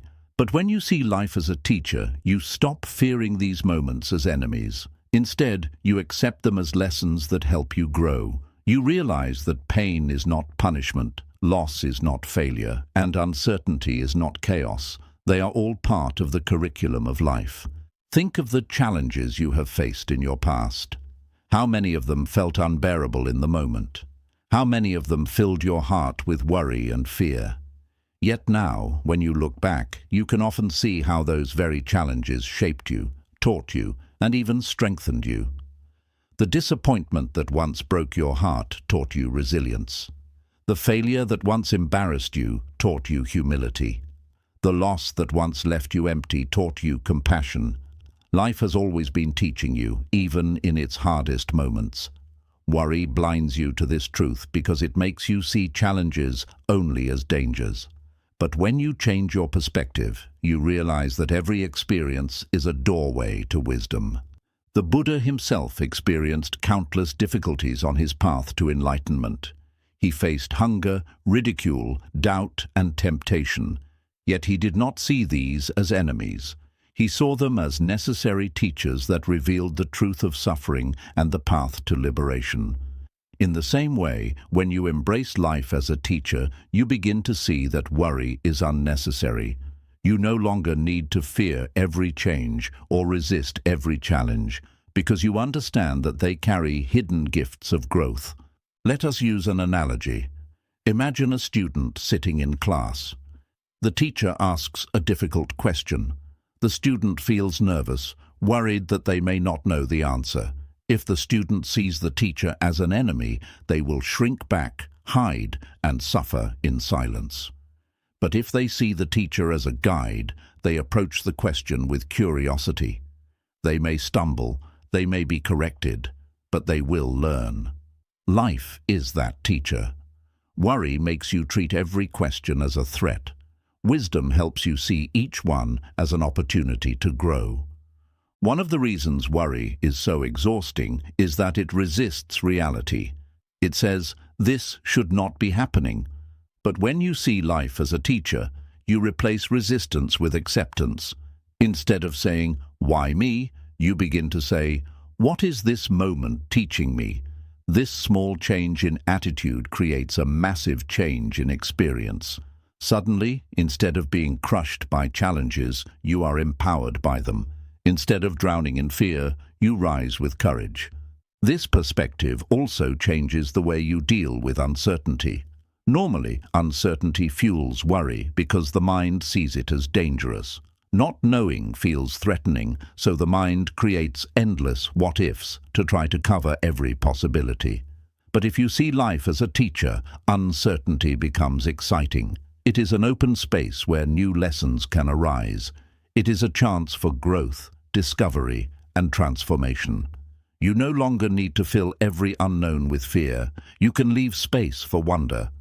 Consider how a child approaches the world. They do not see every new experience as a threat. They see it as a chance to learn. They touch, taste, explore, and ask questions. They do not yet carry the heavy burden of worry, because they see life through the eyes of curiosity.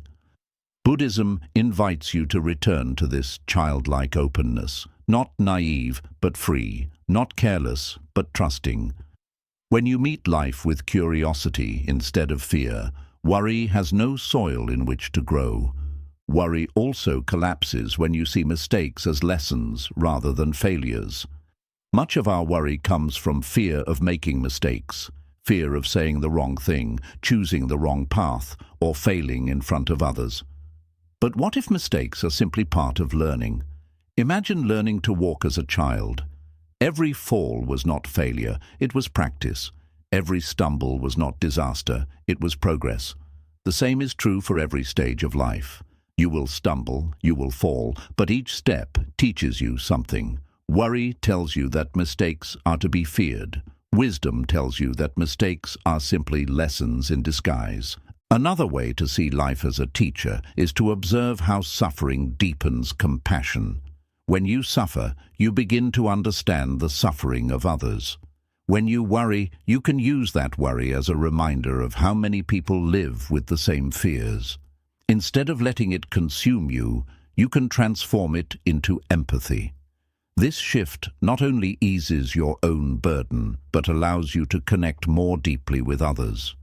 You realize that you are not alone in your struggles. Life is teaching all of us together. Practical ways to cultivate this mindset include daily reflection. At the end of each day, instead of reviewing your worries, review your lessons. Ask yourself, what did life teach me today? What strength did I discover? What truth did I uncover? By making this a habit, you train your mind to look for wisdom instead of threats.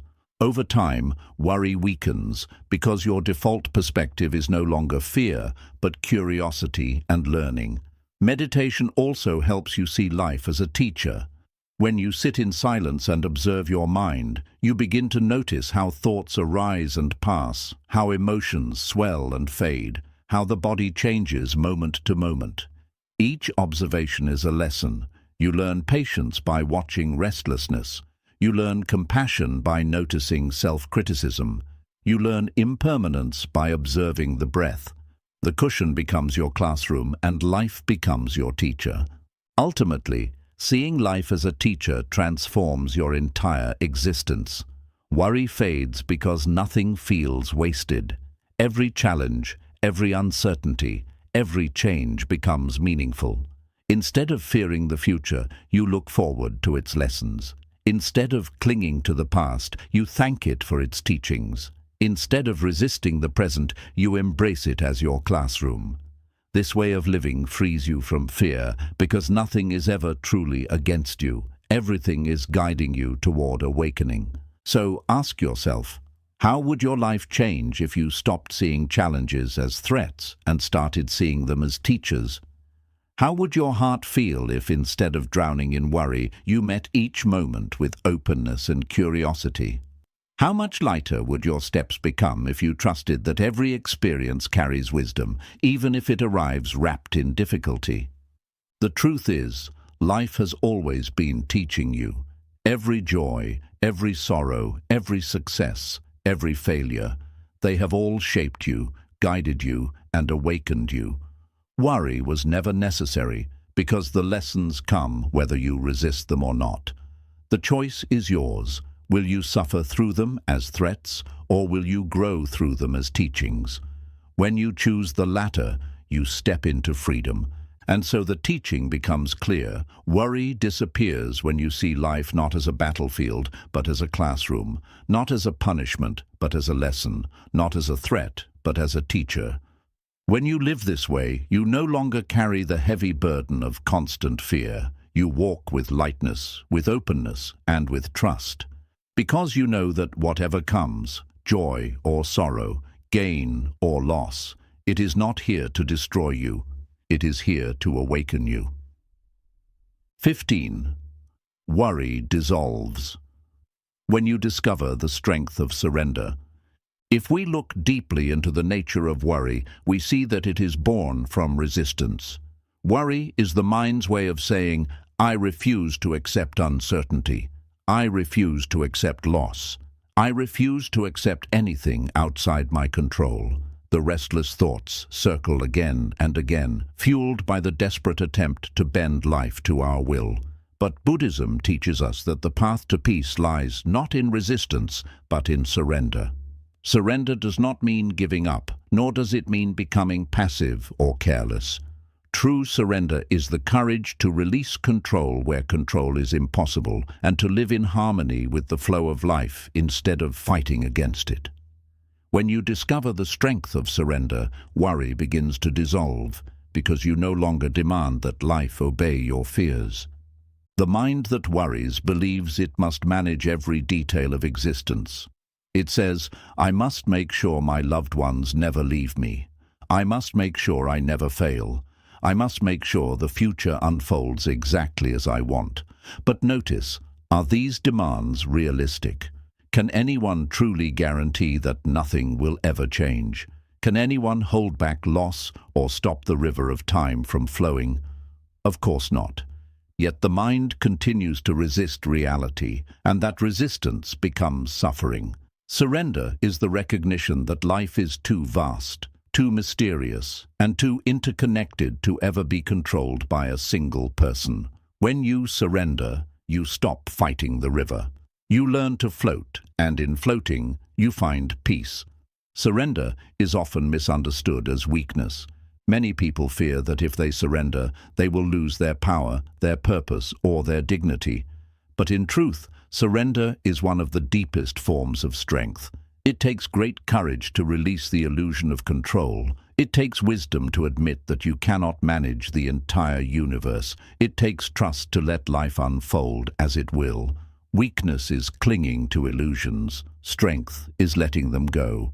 Worry clings. Surrender releases. And in releasing, you become free. Think of the way a tree stands in a storm. If it is too rigid, it will snap under the pressure of the wind. But if it bends, it survives. Surrender is that bending. It does not mean you fall, nor does it mean you give up. It means you are flexible enough to survive whatever comes. Worry stiffens you, filling you with fear of breaking. Surrender softens you, allowing you to move gracefully with the storms of life. Which tree survives? The one that surrenders. One of the most painful truths for the worrying mind to accept is that the future cannot be predicted. No matter how much you think, analyze, or prepare, tomorrow will always remain uncertain. Worry tries to defeat this uncertainty by rehearsing every possible disaster. But no amount of rehearsal can stop life from surprising you. Surrender means releasing the need to know. It means accepting that the unknown is not your enemy. It is simply life, unshaped and unfolding. When you surrender to the unknown, you no longer waste your energy in endless what-ifs.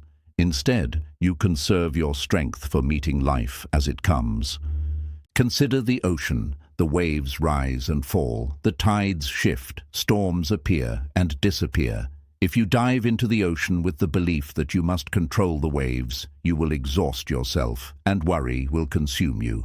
But if you surrender to the rhythm of the sea, floating with its movements, you find peace even in the midst of change. Life is the ocean. You cannot stop the waves, but you can learn to float. Worry says, fight the waves. Surrender says, flow with them, and only one of these paths leads to freedom. There is a story in Zen Buddhism about a man who fell into a river and was swept toward a waterfall. People on the shore cried out in fear, certain that he would die. But moments later, he appeared downstream, unharmed. When they asked how he survived, he said, "I did not fight the water. I let myself sink into its flow, and it carried me safely." This story illustrates the essence of surrender.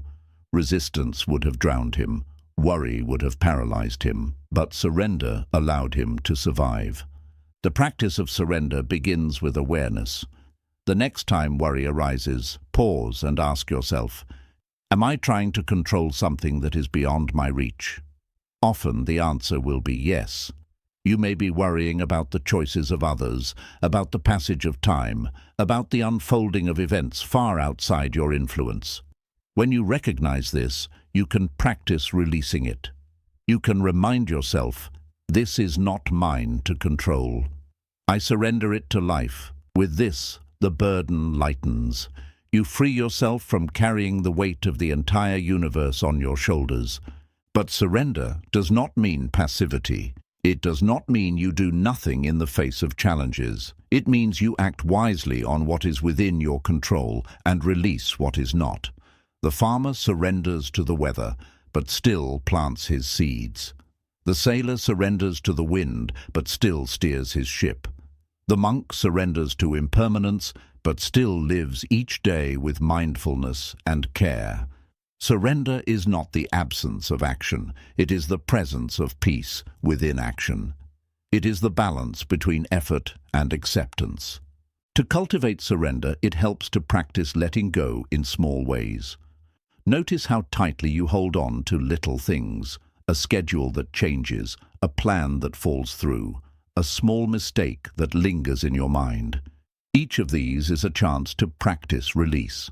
Instead of clinging, breathe and let it be. Over time, these small acts of surrender prepare you for the larger challenges of life. You learn that you do not need to control everything to live peacefully. Gratitude also deepens surrender. When you focus on what is present instead of what might go wrong, you naturally soften your grip on the future.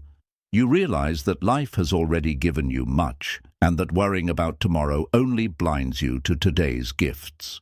Gratitude shifts your energy from fear to trust, and trust is the foundation of surrender. Worry thrives on the illusion that you must hold on, but surrender reveals that letting go is safer than clinging. Imagine hanging from a rope tied to a burning branch. Your fear tells you to hold tighter, even as the flames draw closer. But true safety lies in letting go and falling into the river below.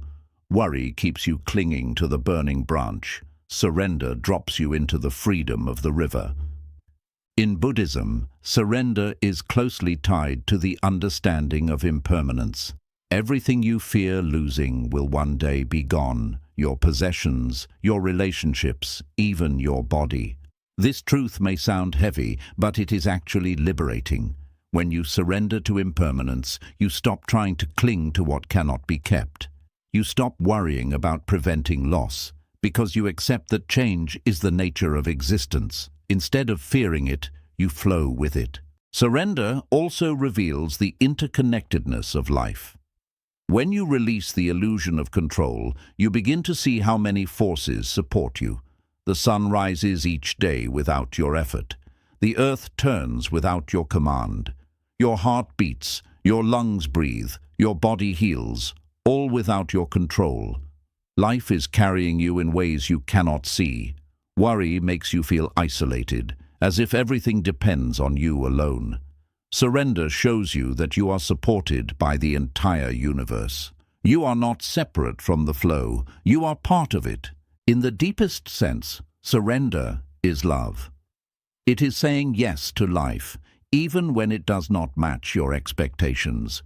It is trusting that every experience, even the painful ones, is part of your awakening. It is releasing fear and embracing faith, not blind faith, but faith born from wisdom, from seeing that worry has never protected you, but surrender has always freed you.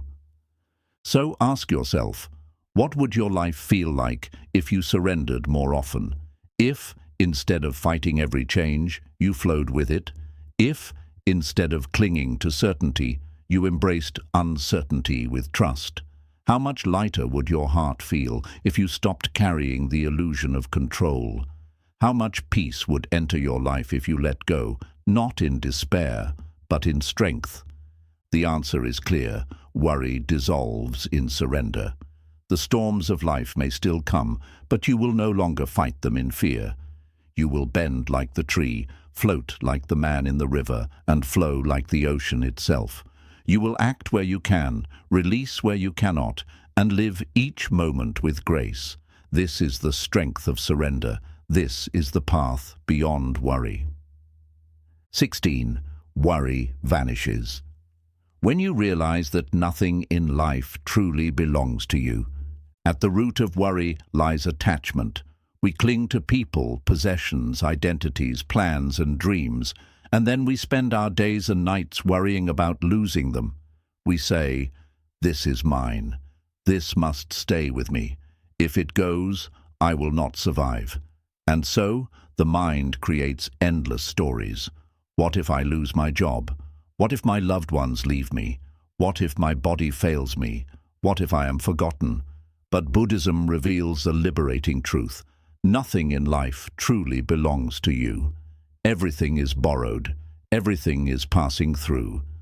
And when you begin to live with this understanding, worry loses its chains because you no longer cling to what was never truly yours to begin with. This truth is not meant to make you cold or detached. It is not meant to strip life of meaning. In fact, it does the opposite. When you accept that nothing belongs to you permanently, you learn to love more deeply, to cherish more fully, and to live more freely. You stop clinging in fear and start embracing in gratitude. You see each person, each moment, each breath as a gift, not a possession. And in that shift, worry fades because you no longer live in constant fear of losing what you thought was yours. Think of the way you hold sand in your hand. If you grip it tightly, trying to keep every grain, it slips out between your fingers. The tighter you hold, the more you lose. But if you hold it gently, the sand rests in your palm for as long as it is meant to. Life works in the same way. Worry makes you grip too tightly, desperate to hold what cannot be held. Wisdom teaches you to hold gently, with love but without clinging. And in this gentleness, you discover freedom. The Buddha taught that clinging is the root of suffering. Worry is one of the clearest expressions of clinging. You cling to health, so you worry about sickness.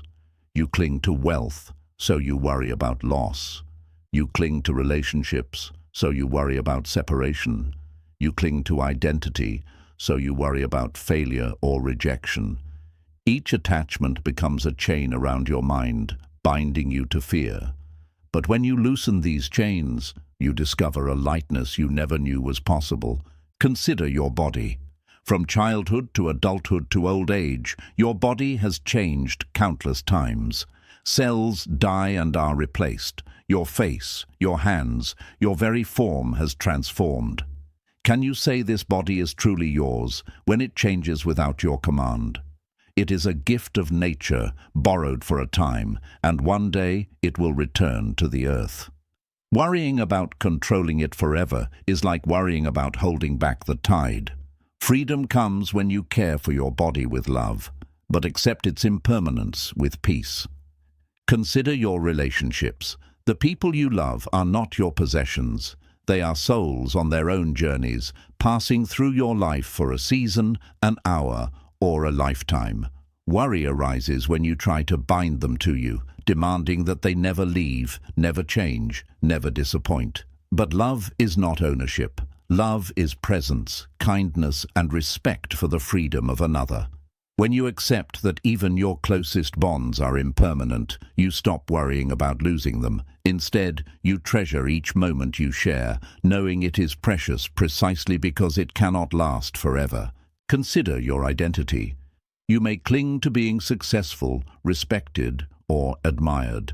And so you worry, what if I fail? What if I am criticized? What if people think less of me?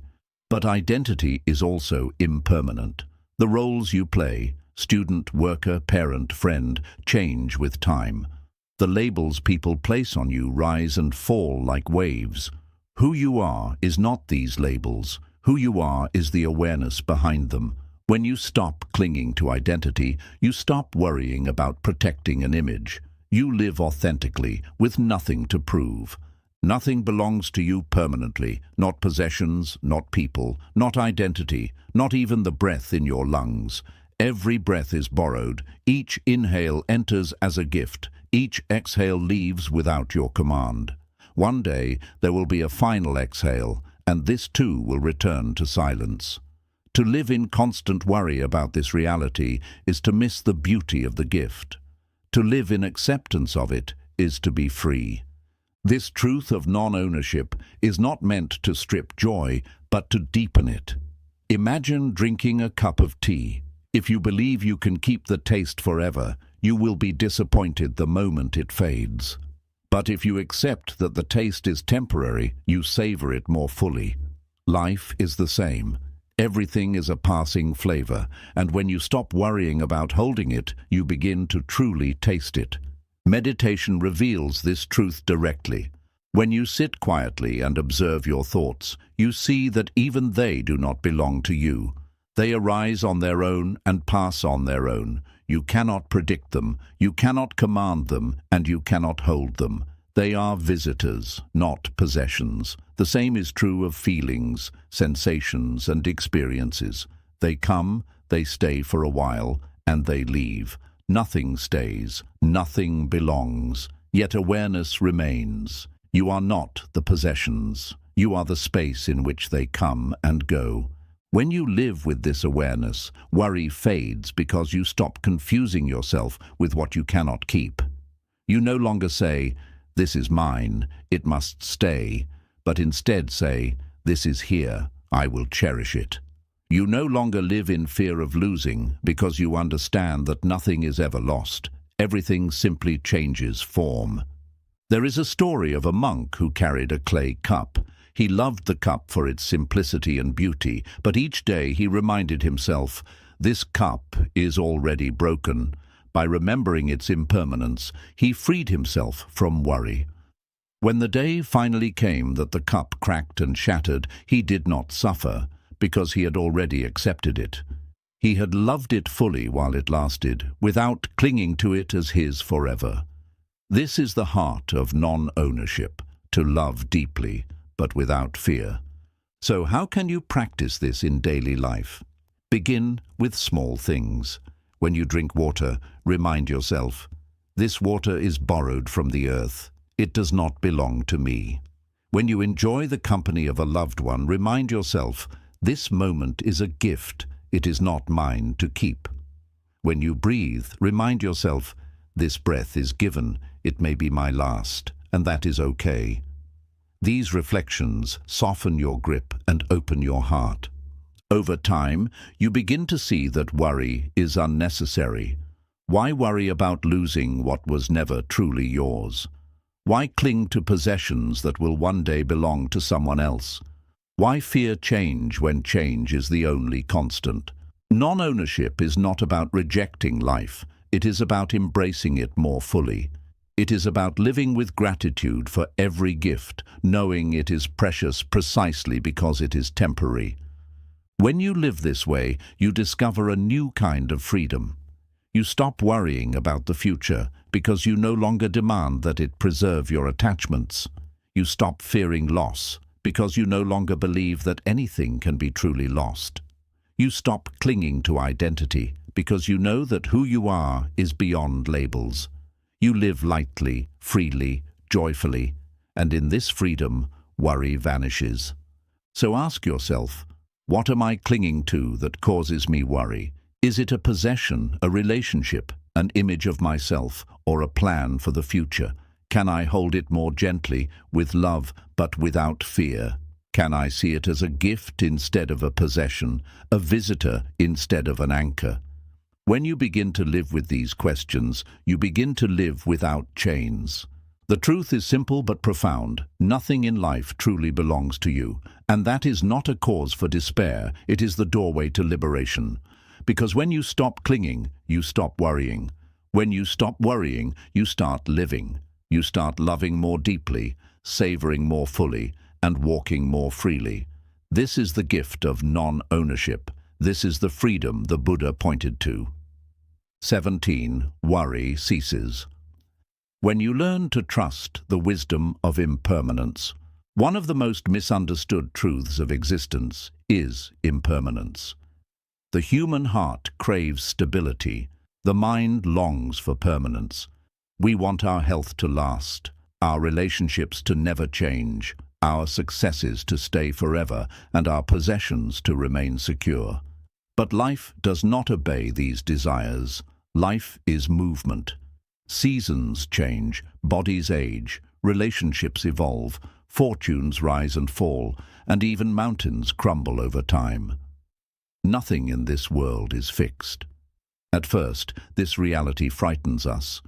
We resist it, deny it, and fight against it. And from this resistance, worry is born. We worry about losing what we have, and we worry about not getting what we want.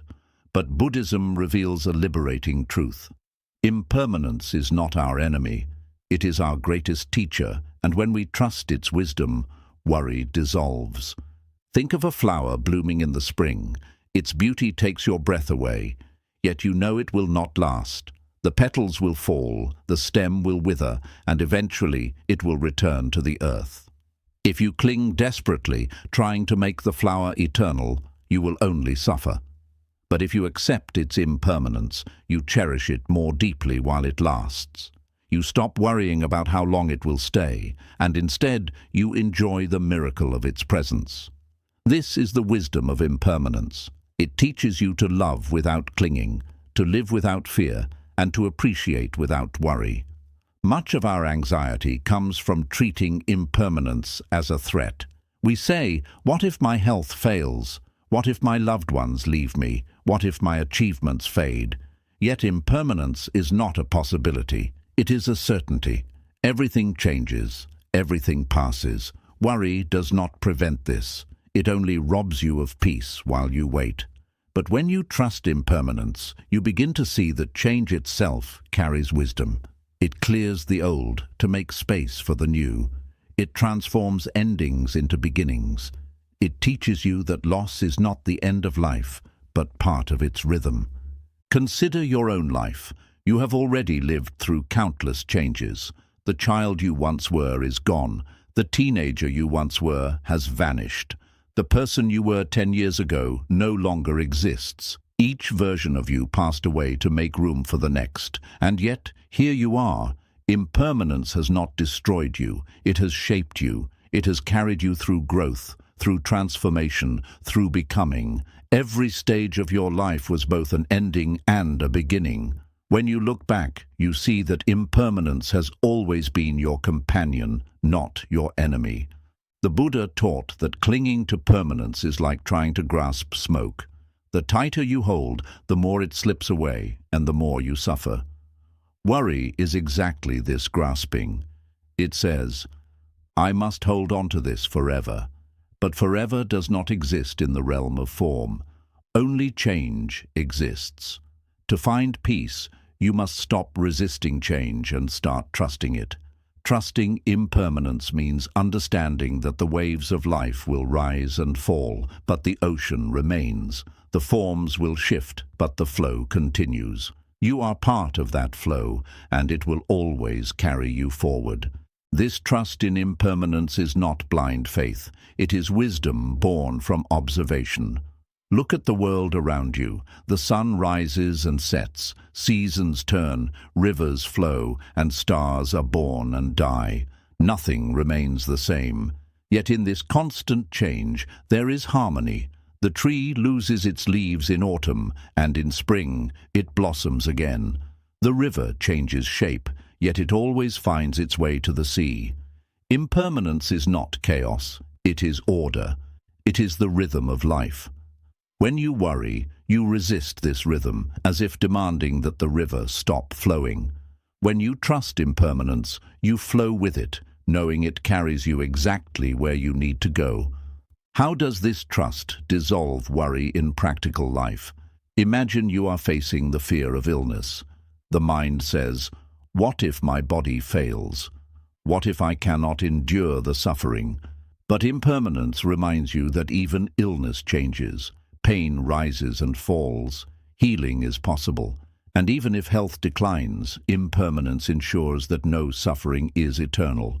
Every moment is new, every breath is fresh, and each stage of life transforms into the next. Worry adds weight to illness, but trust in impermanence lightens it because you know change is constant. Or imagine the fear of loss in relationships. You worry about separation, about being left behind, about death itself. But impermanence reminds you, you cannot own another person. They are a traveler on their own journey. Their presence with you is a gift, not a guarantee. Trusting impermanence does not mean you stop loving. It means you love more fully, because you know the time you share is precious. You stop worrying about the day it may end, and instead you cherish the day it is here. Love becomes deeper, not because it is permanent, but because it is fragile. Even with failure and success, impermanence brings freedom. You worry about holding on to success, fearing it will slip away. You worry about failure, fearing it will last forever. But impermanence reminds you that neither success nor failure is final. Both are temporary, both will pass, and neither defines your essence. Worry fades when you realize that change itself ensures renewal. The night always gives way to dawn. Meditation is a powerful way to experience impermanence directly. Sit quietly and observe your breath. Notice how each inhale rises and falls, how each exhale passes away to make room for the next. No breath can be held forever, yet you do not panic when you exhale. You trust that the next inhale will come. This is the wisdom of impermanence in action. Life is a series of breaths, moments, and experiences, each arising and fading. When you learn to rest in this flow, you stop worrying about holding on to what must pass. You learn to live in the rhythm of change. Worry also loses power when you realize that impermanence protects you as much as it challenges you. Imagine if pain were permanent, if grief never softened, if storms never ended. Life would be unbearable, but impermanence ensures that suffering too will pass. Your darkest nights eventually give way to morning. Your deepest wounds eventually heal. Your hardest moments eventually become memories. Worry convinces you that suffering will last forever. Impermanence reminds you that nothing does. This trust transforms how you meet every difficulty. Instead of fearing change, you accept it as part of life's wisdom. Instead of worrying about what might come, you rest in the knowledge that whatever comes will also go. Instead of resisting endings, you open your heart to the new beginnings they create. You stop clinging to the illusion of permanence and begin living in the truth of impermanence. And in this truth, worry loses its foundation. There is a story of a king who asked his wise advisors for a phrase that would bring him peace in both joy and sorrow. They returned with these words, "This too shall pass." The king carried this reminder with him always. In moments of triumph, it kept him humble. In moments of despair, it gave him hope. Impermanence was his teacher, showing him that all things, good and bad, are temporary. When you live with this awareness, worry cannot control you because you know that whatever you face, it too will pass. So ask yourself, what would your life feel like if you trusted impermanence completely? If you stopped worrying about holding on to what cannot be kept? If you stopped fearing the unknown, knowing that even the unknown will change? How much lighter would your heart feel if you surrendered to the truth that everything arises and passes away? The answer is simple. Worry would cease, not because life becomes certain, but because you stop demanding certainty. Not because change stops, but because you stop resisting it. Not because loss disappears, but because you understand it is part of the cycle of renewal. Trusting impermanence means trusting life itself. It means seeing that the flow of change is not your enemy. It is your path to peace. And so the teaching becomes clear. Worry ceases when you learn to trust the wisdom of impermanence. When you embrace change instead of fearing it. When you love fully without clinging. When you see each moment as precious because it will not last. You step into freedom. The storms may come, but you no longer resist them. The flowers may fade, but you cherish them more deeply. The days may end, but you live them more fully. This is the gift of impermanence. This is the end of worry. 18. Worry fades. When you stop living in illusions and see reality as it truly is. Worry thrives on illusion. It feeds on stories the mind creates about what might happen, what should happen, or what must never happen. These stories feel real, but they are not reality. They are shadows cast by thought, projections built from fear and expectations shaped by desire. The Buddha taught that suffering comes not from reality itself, but from our illusions about it. We suffer not because life is unbearable, but because we mistake our thoughts about life for life itself. When you learn to pierce through these illusions and see reality clearly, worry begins to fade. because you no longer live inside the mind's imaginary prisons. You live in truth. Think of a rope lying on the ground in the twilight. From a distance, you mistake it for a snake. Your heart races, your palms sweat, and your body is filled with fear. But when you look closer and see that it is only a rope, the fear vanishes instantly. The rope has not changed. You have simply seen it for what it is. This is how worry works. The mind mistakes ropes for snakes. It projects danger where there is none, and you suffer as if it were real. Awareness is the light that reveals the truth. When you shine that light on your fears, you see that most of them are ropes, not snakes. The first illusion that fuels worry is the illusion of certainty. The mind insists, I must know the future. I must be certain before I can be at peace. But the future does not exist yet. It cannot be known. It is only a collection of possibilities. Demanding certainty in an uncertain world is like demanding that the sea stop moving. The sea moves because it is alive, and life unfolds in the same way. Worry arises because you cling to an illusion that certainty is possible. Freedom arises when you accept reality. Uncertainty is the nature of existence. You cannot know tomorrow, but you can live this moment fully. The second illusion is the illusion of control. The mind tells you, if I think hard enough, if I plan carefully enough, if I worry enough, I can control everything. But how much of life is truly within your control?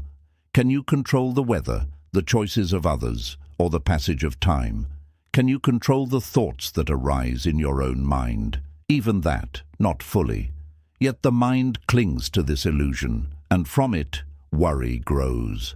When you release the illusion of control, you stop exhausting yourself with impossible demands. You begin to act wisely on what you can influence and surrender the rest. And in this balance, worry dissolves. The third illusion is the illusion of permanence. You worry about losing health, wealth, relationships, or identity because you believe they should last forever. But nothing in this world is permanent. Everything changes. Worry arises when you demand that the impermanent be permanent. But when you see reality clearly, that change is the nature of life. You stop clinging. You stop worrying about keeping what cannot be kept. Instead, you cherish it while it lasts, knowing that its impermanence makes it precious. The fourth illusion is the illusion of self. The mind says, this is me. I am my body, my possessions, my reputation, my thoughts. And so you worry endlessly about protecting this fragile identity. But Buddhism teaches the truth of non-self. What you call me is only a collection of changing processes. Body, mind, feelings, perceptions, all arising and passing like waves. There is no fixed self to protect. When you see this truth, worry softens, because you realize that what you fear losing was never solid to begin with. You are not the wave, you are the ocean in which the waves rise and fall. To live in illusions is to live in constant fear. To live in reality is to live in peace. But how can you train yourself to see clearly? The practice begins with mindfulness. Each time a worry arises, instead of believing it immediately, pause and look at it. Ask yourself, is this true, or is this a story my mind has created? Often you will see that it is only a projection. The mind says, if I fail this exam, my life will be ruined. But is that true, or is it a story? Reality is simpler. You will take an exam, you may succeed or fail, and life will continue. The mind says, if this person leaves me, I will never survive. But is that true, or is it a story? Reality is simpler. People come and go, love can be painful. But you continue to live, and new connections form. By questioning your thoughts, you pierce through illusion and return to reality. Meditation deepens this practice. When you sit quietly, watching thoughts rise and fall, you begin to see that thoughts are not reality. They are events in the mind. Some are useful, many are not. Some are true, many are distorted. Thoughts are like clouds in the sky. They pass, but the sky remains. When you learn to rest as the sky instead of chasing every cloud, you stop being enslaved by illusions. Worry fades because you no longer confuse the cloud with the sky. Another powerful practice is to bring your awareness to the senses. Worry lives in the mind's stories.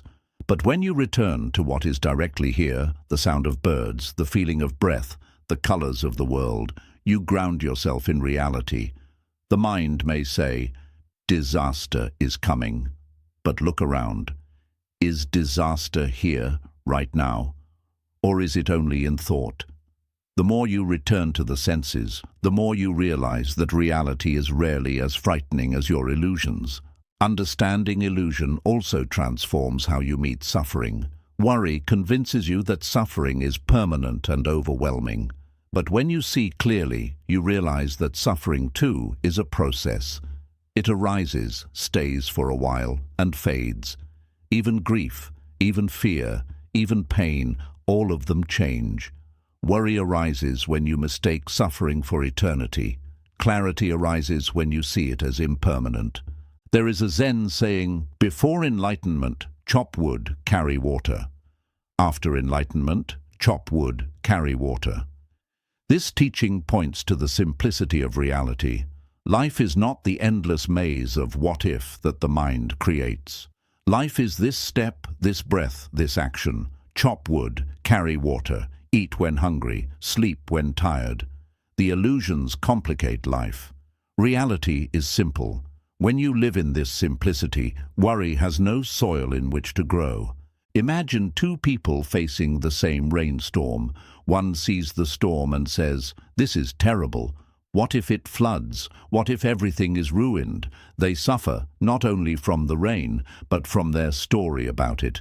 The other sees the storm and says, "It is raining."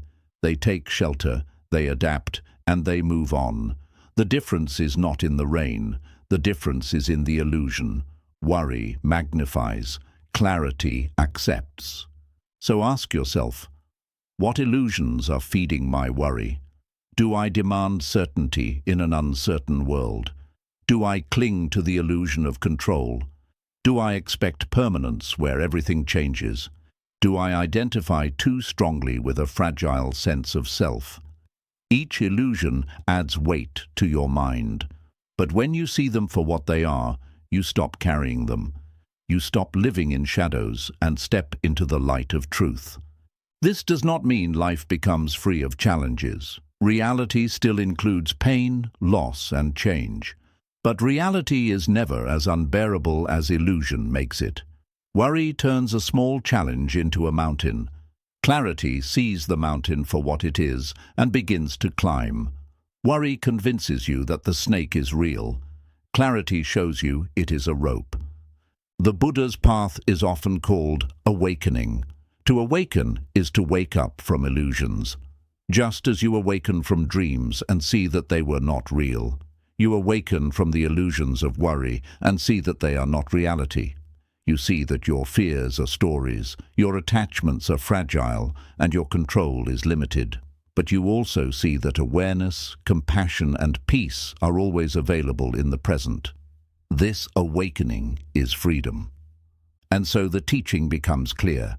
Worry fades when you stop living in illusions and see reality as it truly is. Illusions multiply fear. Truth dissolves it. Illusions create chains.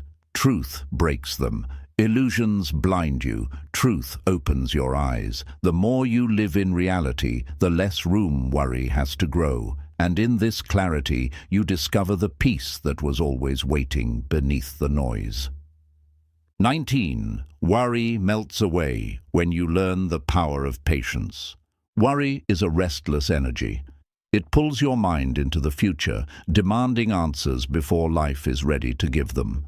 It makes you believe that if you can think fast enough, plan far enough, or predict accurately enough, you can outpace uncertainty. But worry is impatient. It does not know how to wait, how to breathe, how to trust the unfolding of time.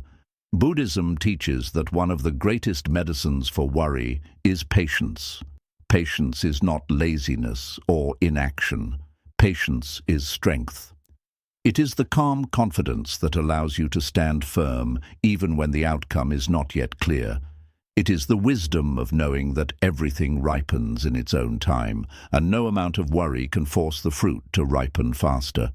Consider a seed planted in the soil. You water it, tend to it, and wait. But if you dig it up every day, demanding to see progress, you kill it.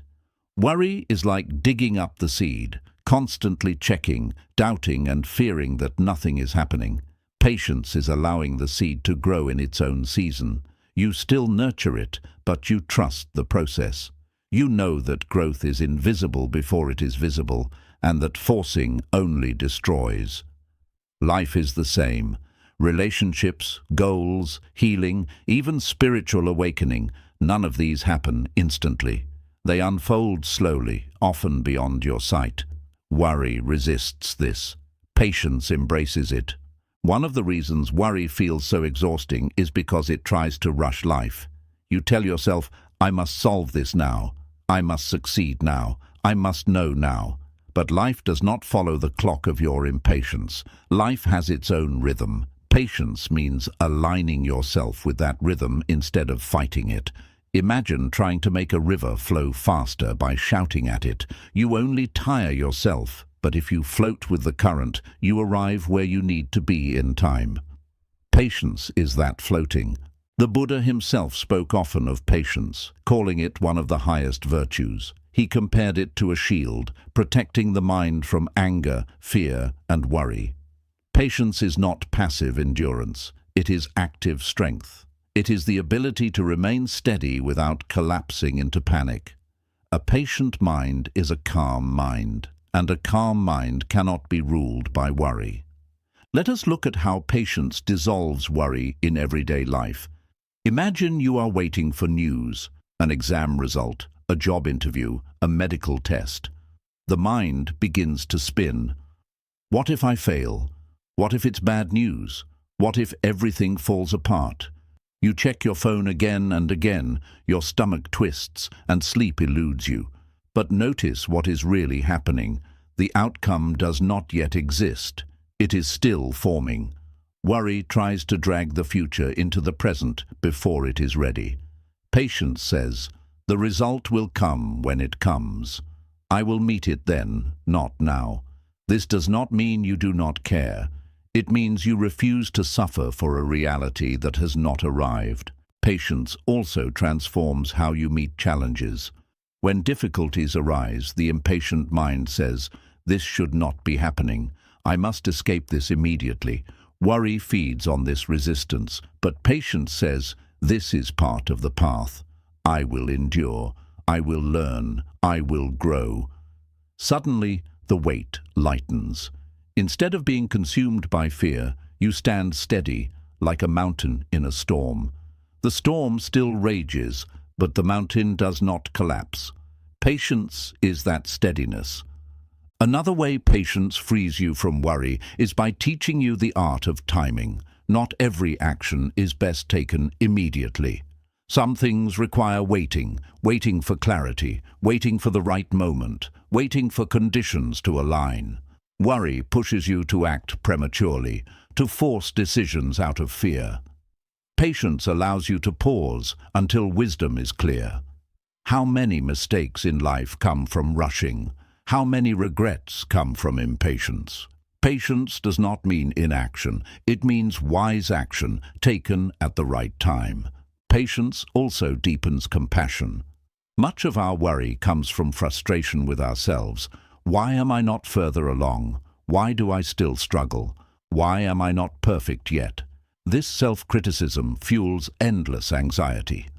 But patience with yourself brings peace. You understand that growth takes time, healing takes time, and learning takes time. You stop expecting instant transformation and allow yourself to unfold at your natural pace.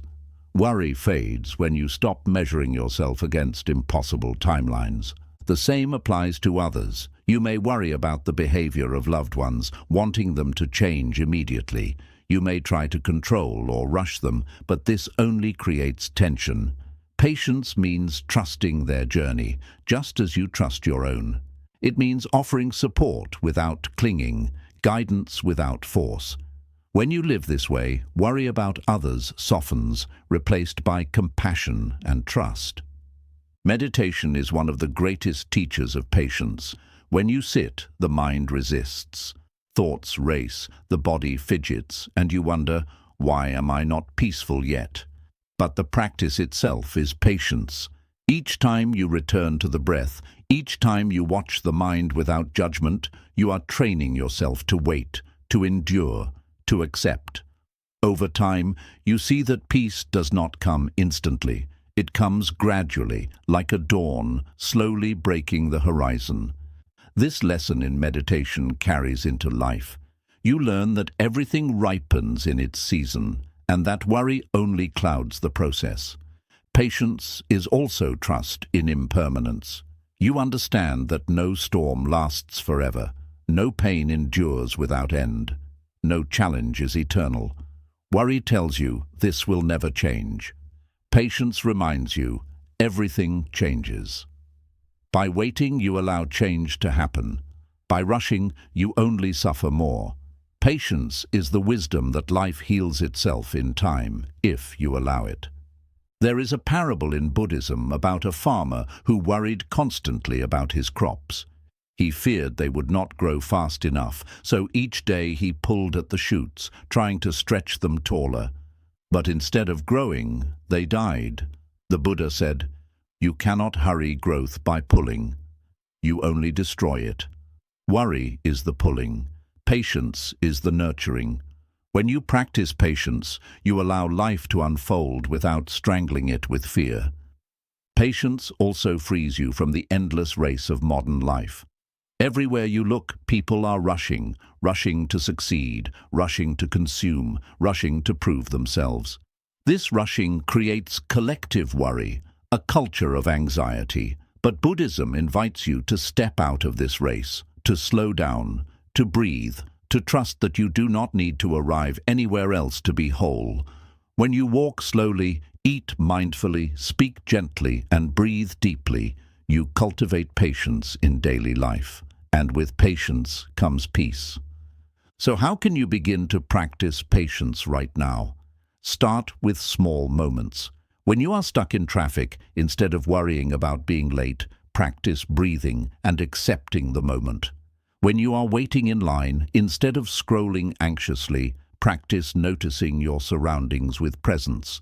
When you face a challenge, instead of demanding immediate results, remind yourself, this too will pass in its time. Each of these small acts trains your mind to release worry and rest in patience. The ultimate lesson of patience is this: you do not need to have everything now. You do not need to solve everything now. You do not need to know everything now.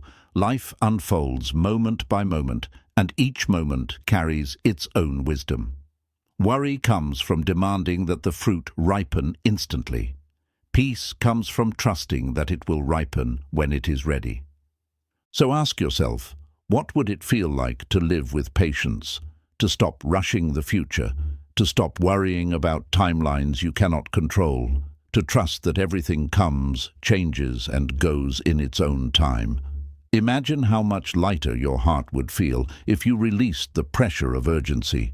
Imagine how much freer your mind would be if you trusted the rhythm of life. The answer is clear. Worry melts away when you embrace patience. The storms may still come, but you will endure them calmly. The uncertainties may still exist, but you will face them with trust. The challenges may still arise, but you will meet them with steadiness. Patience is the shield that protects you from worry, the anchor that grounds you in the present, and the wisdom that reminds you everything unfolds in its own time. And so the teaching becomes clear: cultivate patience, and you will cultivate peace. Trust the rhythm of life, and worry will lose its grip. Be patient with yourself, with others, and with the universe itself. Because the fruit ripens not when you demand it, but when it is ready. And when you learn to wait with peace, you discover a life free from the chains of worry. 20. Worry ends when you awaken to the present as your true home. At the root of worry lies displacement. The mind abandons the present moment and runs endlessly into the future or the past. It wanders into the shadows of what if and if only. It builds houses in places you cannot live. Tomorrow, next year, or a version of yesterday that no longer exists. Meanwhile, the present, which is the only place life truly happens, is left unnoticed, unattended, and unlived. The Buddha taught that peace is found when we come home to the present moment. This moment, right here, is your only true home. When you awaken to it fully, worry loses its grip, because worry cannot survive where you are truly present. To understand this, consider how much of your life has been lost to absent-mindedness. You eat, but you are not tasting. You are worrying about work. You walk, but you are not feeling the ground. You are lost in planning tomorrow. You sit with loved ones, but you are not hearing them. You are replaying arguments in your head. Life is happening now, but you are elsewhere. Worry feeds on this absence. It thrives when you abandon the present. But when you return, when you live fully in what is here, worry starves, because it cannot exist in reality. It only exists in imagination. The present moment has a simple, healing truth. Right now, in this breath, you are alive. Whatever fears you hold about tomorrow, whatever regrets you carry about yesterday, right now you are breathing. Right now you are here. Worry wants you to believe that peace lies in the future, when everything is solved, when everything is secure. But the future never comes as a finished product. It always arrives as now. If you cannot find peace in this breath, you will not find it in the next. The practice of awakening to the present is learning to find home in each moment, no matter its form. Imagine a traveler wandering the world, carrying heavy bags, always searching for a home. They walk through forests, cities, deserts, never resting, never arriving. Then one day they realize, home is not a place to be found in the distance. Home is where they stand. Home is this very step. The same is true for you. You wander endlessly through thoughts of tomorrow, carrying the heavy bags of worry, searching for peace somewhere else. But peace is not out there. Peace is here. Your home has always been the present. One of the reasons worry feels so convincing is because the mind tells you that the present is not enough. It says, you cannot rest yet. You must wait until things improve, until everything is certain, until the problems are solved. But when you believe this, you postpone peace forever. You are always waiting, always reaching, always restless. Awakening to the present means realizing that nothing is missing.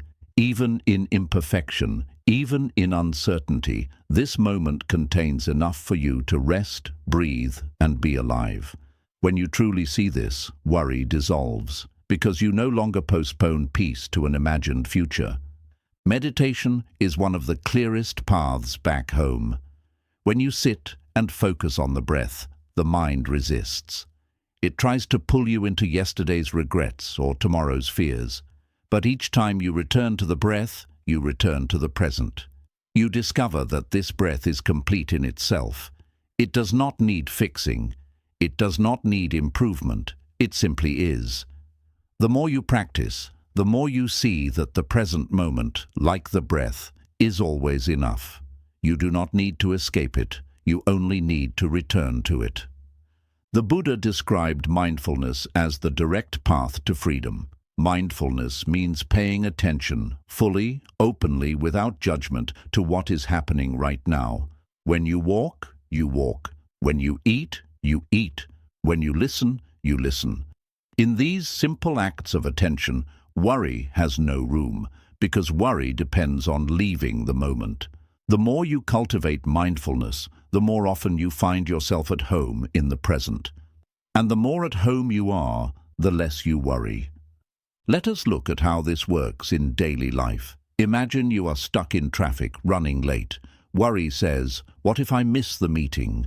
What if they think I'm irresponsible? What if everything goes wrong? Your heart races, your mind spirals. But the reality is simple. You are in the car, surrounded by vehicles, sitting still. That is all. The meeting does not exist yet.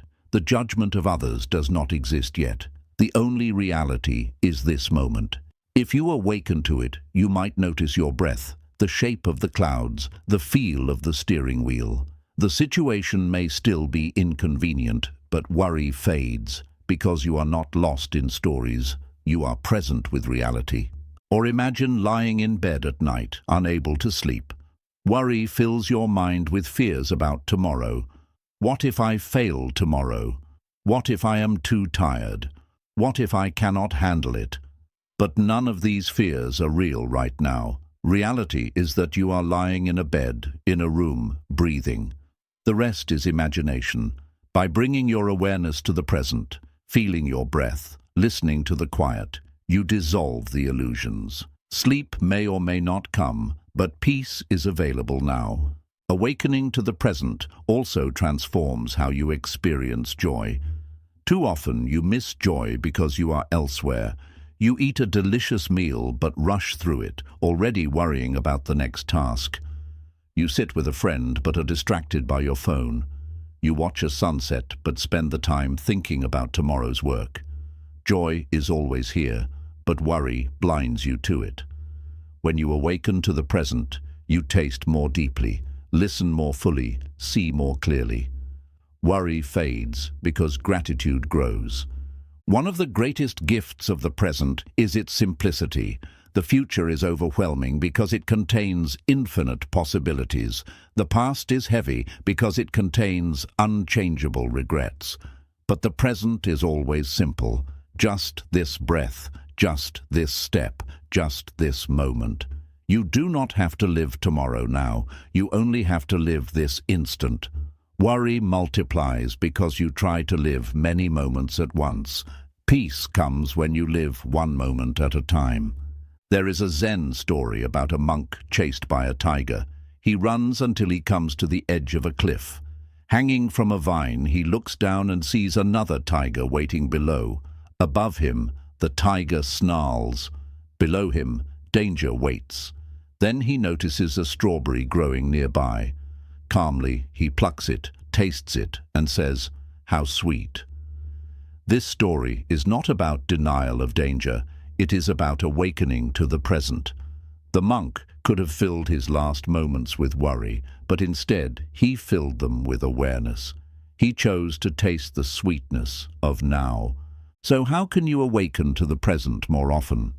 Start by pausing throughout the day to notice where your mind is. If you find it wandering into tomorrow or replaying yesterday, gently guide it back. Use your senses. Feel your breath. Notice the ground beneath your feet. Listen to the sounds around you. Each act of awareness is a step back home. Over time, this becomes a habit. You begin to live more often in the present and less often in the illusions of worry. This practice also requires compassion. Do not scold yourself when you notice worry. Do not say, "I should not worry." Instead, gently remind yourself, the mind has wandered. Let me bring it back. Each return is a victory. Each return strengthens your ability to stay. Over time, you find that worry visits less often because you no longer feed it with attention. You feed presence instead. The deepest realization is this: the present is not just a place to visit.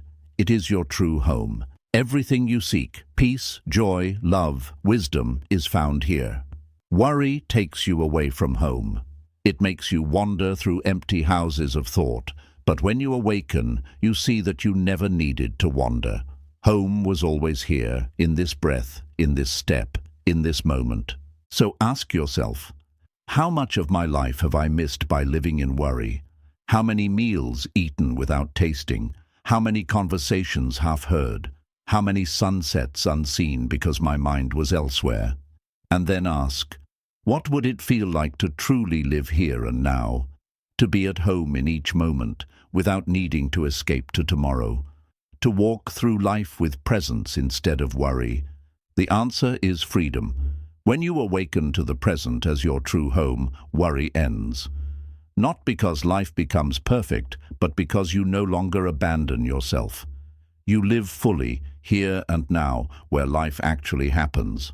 The storms may come, but you will meet them one moment at a time. The future may remain uncertain, but you will walk it step by step. And the past may carry lessons, but it no longer steals your today. This is the teaching. Worry ends not by solving tomorrow, but by coming home to today. The present is enough. The present is complete. The present is your true refuge. When you awaken to it, you discover that peace was never missing. It was only waiting for you to return. From the beginning of this journey, we have explored the nature of worry, what it is, how it forms, and why it holds such power over the human heart. We have seen that worry is not an external enemy. It is not a storm that falls upon us from the outside world. Worry is a creation of the mind, an illusion built from fear, attachment, and resistance.